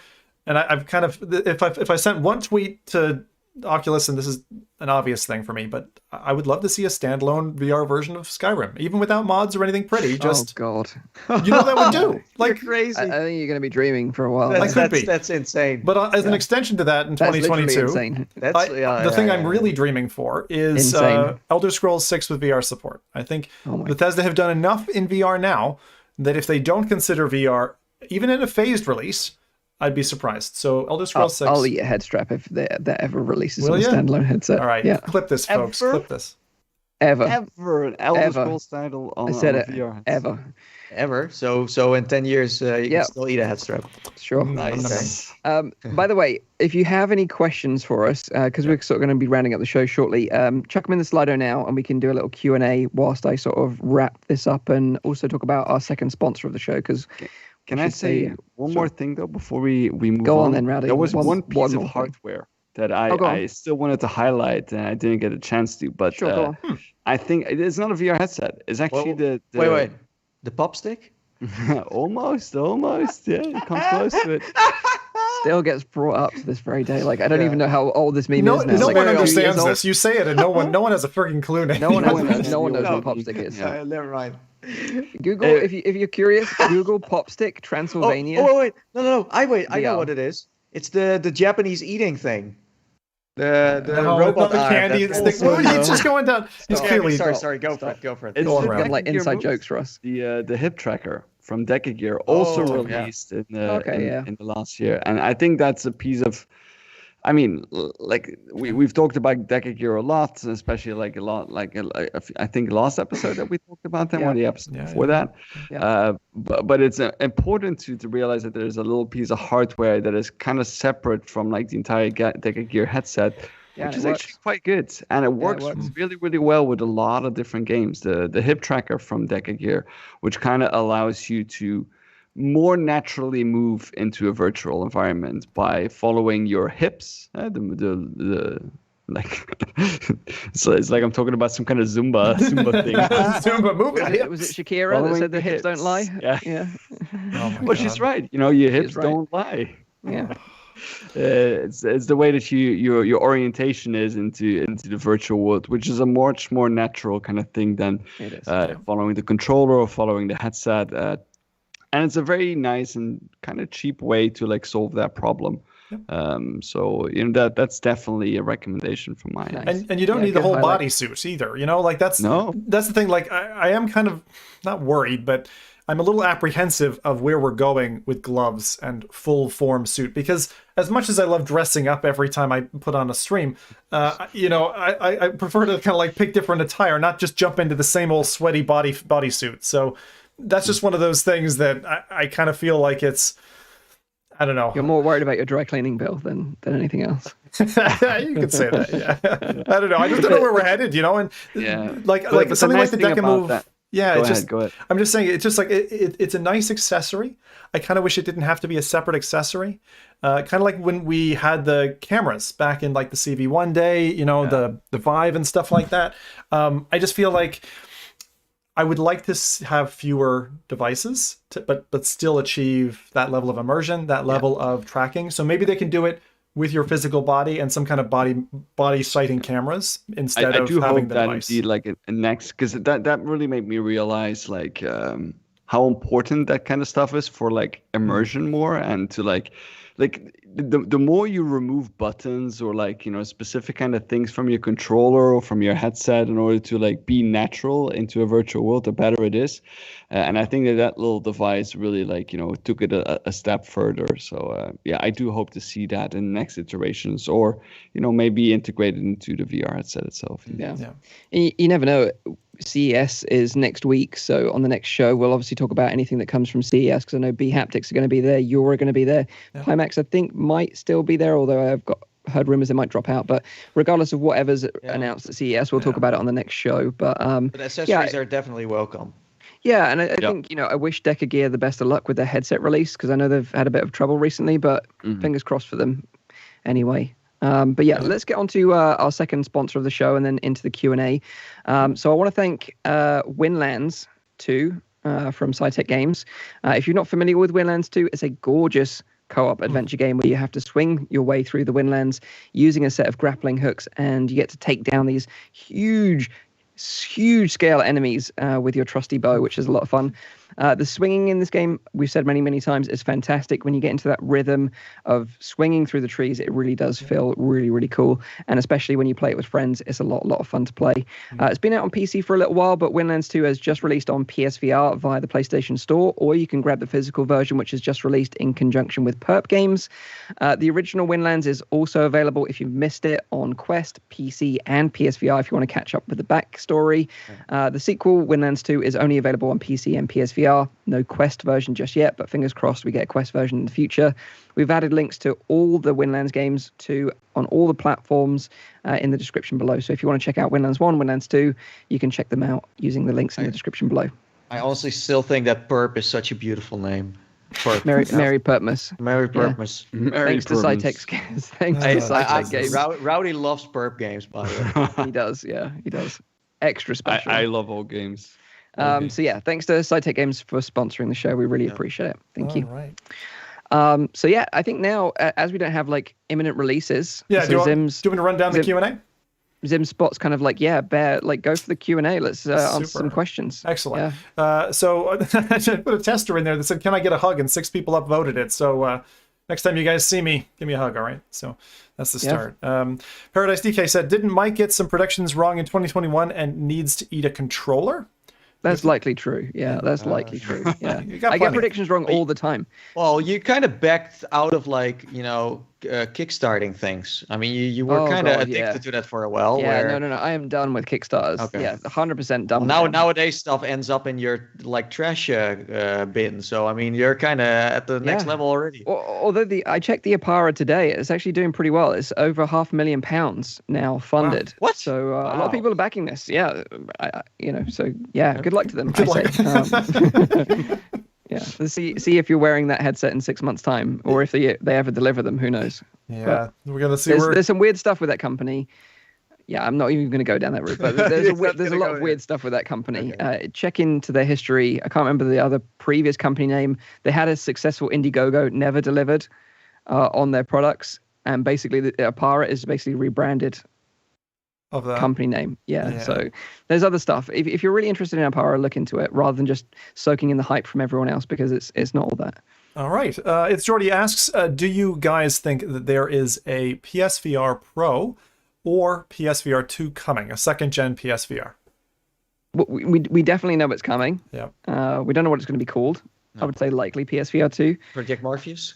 But yeah, we know obviously small details already that have been officially released from PlayStation. Can we do a guess on the name? I mean, it's funny when you mentioned that's the whole Quest. That's a good idea. I mean, what it's going to be called PSVR 2. Yeah, to be honest. No, I mean, remember when there was but what if it wasn't PSVR 2? I think it's also PSVR 2. That's a fictional universe. That's a fictional universe. I think Morpheus still sounds cool. I'm just going to go for Morpheus. Great name. Project Morpheus was the original code name for PSVR. That was a great name. 100%. Amazing name. A Matrix name.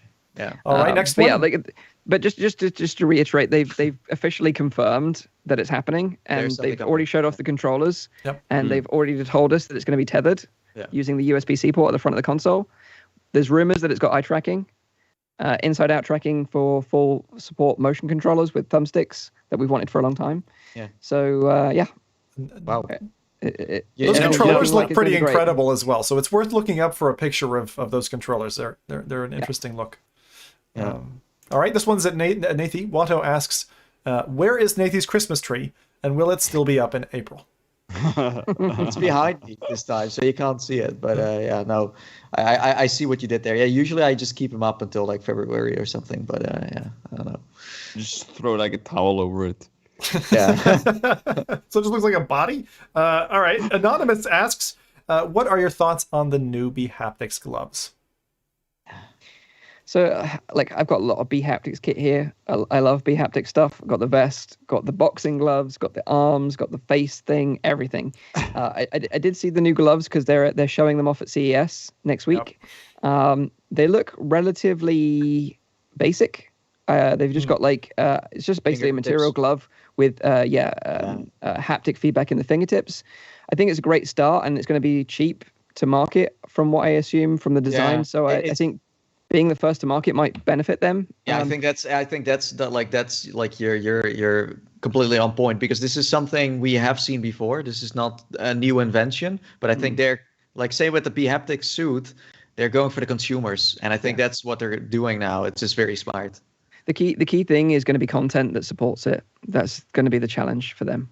But they've had that challenge throughout every device that they've made. Yeah, that's true. They have been doing well so far. This reminds me of the next sub-pack kit that's coming out next year, supposedly the X1, which got delayed because of COVID in terms of manufacturing. So I'm really hoping they're able to land that. But it's 700 quid. It's not a cheap device, and it's a seat back one, or you can mount it as a backpack. So hope that's going to work out. But some of these more fitted kits are going to work out. One of the things that I love it whenever there's any haptic or tactile kit that's landed, Mike, is just thinking back to when you hadn't tried that at all. Like this podcast and your impressions of that stuff, it's just gone this lovely story all the way through. Been more and more convinced by it, and now it's it's a necessity, So it's funny to see that transformation. It's great, yeah. The next one here, Toxic Mike says, just got unplugged the air guitar game, and it's great. Do you think a full Rock Band type experience in VR is possible, and will it happen? Oh, this is a good question. It already happened. It already happened. You missed it. This is funny. Yeah, it already happened, like these guys said. So Rock Band actually released with the Oculus CV1, and in every Oculus CV1 that shipped, it came with an adapter for a guitar, so you could slide your Oculus Touch controller onto the plastic guitars that they were selling at the time. And funny story is, when I met with Jason Rubin in London at an Oculus event with Nathy, he was there. I asked Jason Rubin what his favorite VR game was, and he said Rock Band. And he said he loved that game so much, but it absolutely failed. Oh, of course. It didn't take off at all. Could you still play that with the Quest, maybe with AirLink or something? I don't think so. Do you remember that trailer they did for that? It had Palmer Luckey in the trailer, and he was on stage, and he was it was incredible. So Rock Band VR already exists, based on the fact that it tanked. I don't think they're going to release another one anytime soon, but maybe in the future. I wonder if they could bring that back, though. I wonder if they could bring that IP back and reuse it. Yeah. There's like a lot of like, it's funny when you say that. It's funny. There's so much that they could just bring back and just do a port on it, and it's still nobody would ever know. Yeah, nobody would ever know because it's Rift stuff. Yeah, it's old. It's Jordy from Dutch Gang says, "Where can I meet Nathy?" I'm going to say Rec Room, but I'm going to let Nathy give his own answer too. That's a good one. Rec Room is a solid place. That's where you could definitely run into me. Yeah, I'm playing a lot of Rec Room recently. It's great, love it. So yeah, at me. My name is Nathy. There's probably about like 10 more of these. I'll maybe just pick a few out of the lot, unless you guys are really keen. So this next question I don't quite understand from Third Shifter. It says, will there be a game in 22 that pulls me away from Pop 1? Oh, okay, I understand. I thought he was saying I'm 22, right? So in 2022, will there be a game that pulls me away from Population 1? I'm surprised already that After the Fall hasn't, is my answer. Yeah, I'd be the same. That's what I want to say as well. But that's not game, though. But maybe he's saying he likes Battle Royale and he likes big battles and stuff. I'm with Rowdy. Rowdy's saying, like, you're saying it's not the same genre of game, right? It's more it's like candy. PvE versus PvP. I still think that is a big difference between Population 1 and... But I don't think we're gonna see another Battle Royale game anytime soon. Mm-hmm. But something like, I think he maybe means like something more like, like Destiny or like The Division. Those kind of games. In VR. Yeah. PvE and PvP together. I don't think we're at that stage yet that we see like those kind of games really. For Battle Royale, Population 1. No, I don't think it's smart. Like for any dev who's working on a Battle Royale game, it's not smart to release another one because there is already one. Maybe Nerf. Maybe the Nerf game is going to be kind of fun for like the shooting genre. I don't know. I really don't know. Yeah. This is a really nice question from Mish Seeks. So, what do you guys hope that 2022 brings for each other? So.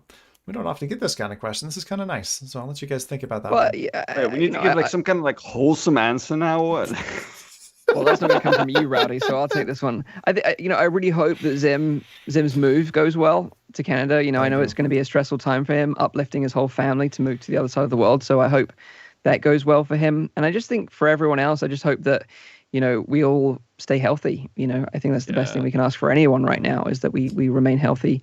It's been a difficult year, like personally from a health point of view, like having COVID and then having my appendix like try and sabotage my body. So yeah, I'm just looking for like good health in 2022 for everyone. Yeah. Solid. I just second that. Yeah. Nice. I was just going to say, I hope we can get together and be FReality again because it's been too long since we were in the same place. Drinking shakes, eating burgers, whatever the case may be. But, I still look back to 2019 photos and go, God damn, like that was a long time ago now. I don't want to be old men when we get back together. Like, come on. Yeah. Well, it's weird. Like I thought about this too. It got almost so normal to see each other like maybe 2-3 times a year. And kind of, Zim is here. I'm like, Rowdy is also here. Okay, cool. It's kind of, and now you think back at it, like, I wish I knew what was coming. And then we're like, Mike, listen, you're not gonna believe it. There's a pandemic coming. Give me a big hug, my friend. Yeah. And then, I step on a plane and you never see me for 2 years. Yeah. Me and Rowdy stepped on the same plane together. He was sat behind me. Yeah. Wow. That was we watched 3 movies and didn't speak a word. Wow. Maybe if we'd known, then we would have. Yeah. But there's a great question from Anonymous. Do you think Xbox will surprise us with a VR headset this year? So, what did Phil say again? He said something again. Yeah, Phil Spencer was very negative on the whole VR thing. So I doubt it. I think they're going to be too late to the game. Obviously, they have Windows Mixed Reality as a platform. Pass. They're focused on Game Pass right now. Yeah, it feels like they're turning away from it, and that's interesting. What I'm really kind of keen on is what will Nintendo's next play be? Because they did dibble-dabble a little bit with the Labo and VR, and I'd be keen to see if not the current iteration, not Switch OLED and all that, but in their next generation console, would they come into the market? Because they're usually fun and experimental, and I think VR is now getting to become cheaper and cheaper, where before it was outside of their reach. And I do wonder, because I'd be really keen to see what they have. Now, one thing I have to say, Mario and just so many of the IPs that they keep pushing, can you please put them to bed? Can we please put them in the grave and just leave them dead now? I don't need to see. Can you just come up with something new, please, Nintendo? No way. I'll never go for the Mario games. Oh no, I'm done. If they actually make a VR headset, I still hope that it's going to be like a goose. So you need to put your head in its butt. Like his butt, yeah. That was. That was brilliant. No, but whoever came up with that. I honestly think small chance, because they're dominating the handheld market. They completely revived the handheld market with the Switch. If same with PlayStation, if it's not their main thing, but you could still slide this new thing into whatever and then play. I think so, but it's not going to be their main bet for the next hardware. No. And I think like this is a good question to round it up is thoughts on Valve standalone or wireless index. Like we talked about this on the show a few episodes back about like Deckard. Obviously, sadly, it's Bradley. If you want to really dive deep down the rabbit hole of like kind of like rumors, speculation, stuff that he finds in code, then follow that guy because he's really on top of the game in terms of that stuff. Personally, I'm just very skeptical of any hardware now from anyone, particularly because we've seen so many people, even big companies like HTC, do it wrong over the last year. And Valve, knowing Valve, they're not going to do it anytime soon. They're not going to rush something like this. They're going to really take their time, or they could be so far deep into a project and just abandon it. We've seen them do that before in the past as well. And the thing is, like this is not like index level. We're talking about a standalone headset, so you have to have an ecosystem. And if there's something that they haven't really invested much, money in, of course they made like the Steam VR interface, amazing, it's very good. But the thing is, it also crashes a lot, by the way, sometimes. But gaming wise, like Meta is throwing money at everything because they have to, because Resident Evil, for example, is backed by Oculus, by Meta to make it happen. And Valve, I don't see Valve anytime soon. So like, hey, listen, this big studio, make a game for us for this standalone. So yeah, I think what you're saying, it's going to be kind of like, oh, we're just kind of testing some stuff and then we put it back in our vault and we'll see. I do think with the evolution of technology, it's inevitable that we will see a standalone Steam VR headset at some point. The biggest question is when. And I've always learned from Valve, not right now. You can't hold your breath when it comes to Valve releasing something. They're going to take their time. So the big question is when. I do think it'll happen, but what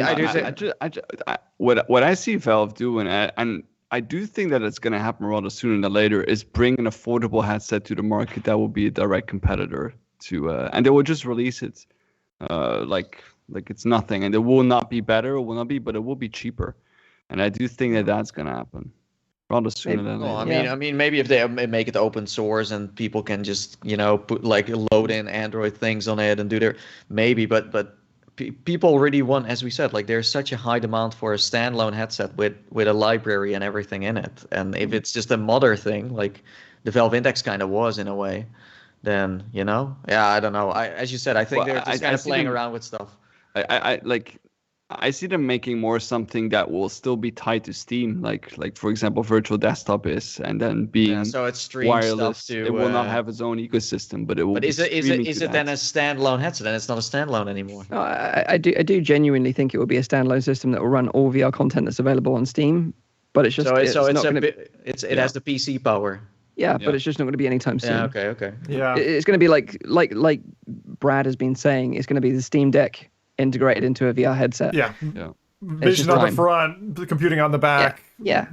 Makes sense. Brad is like the Pope of Valve. He is. Bless him. That's good. But yeah, I think we've gone on for long enough. I didn't anticipate the show to go on for this long, to be honest. I thought we were going to be like in and out within like an hour, but this happens every time. So thank you for listening or watching us rambling on. And if you're listening to this, thank you as well.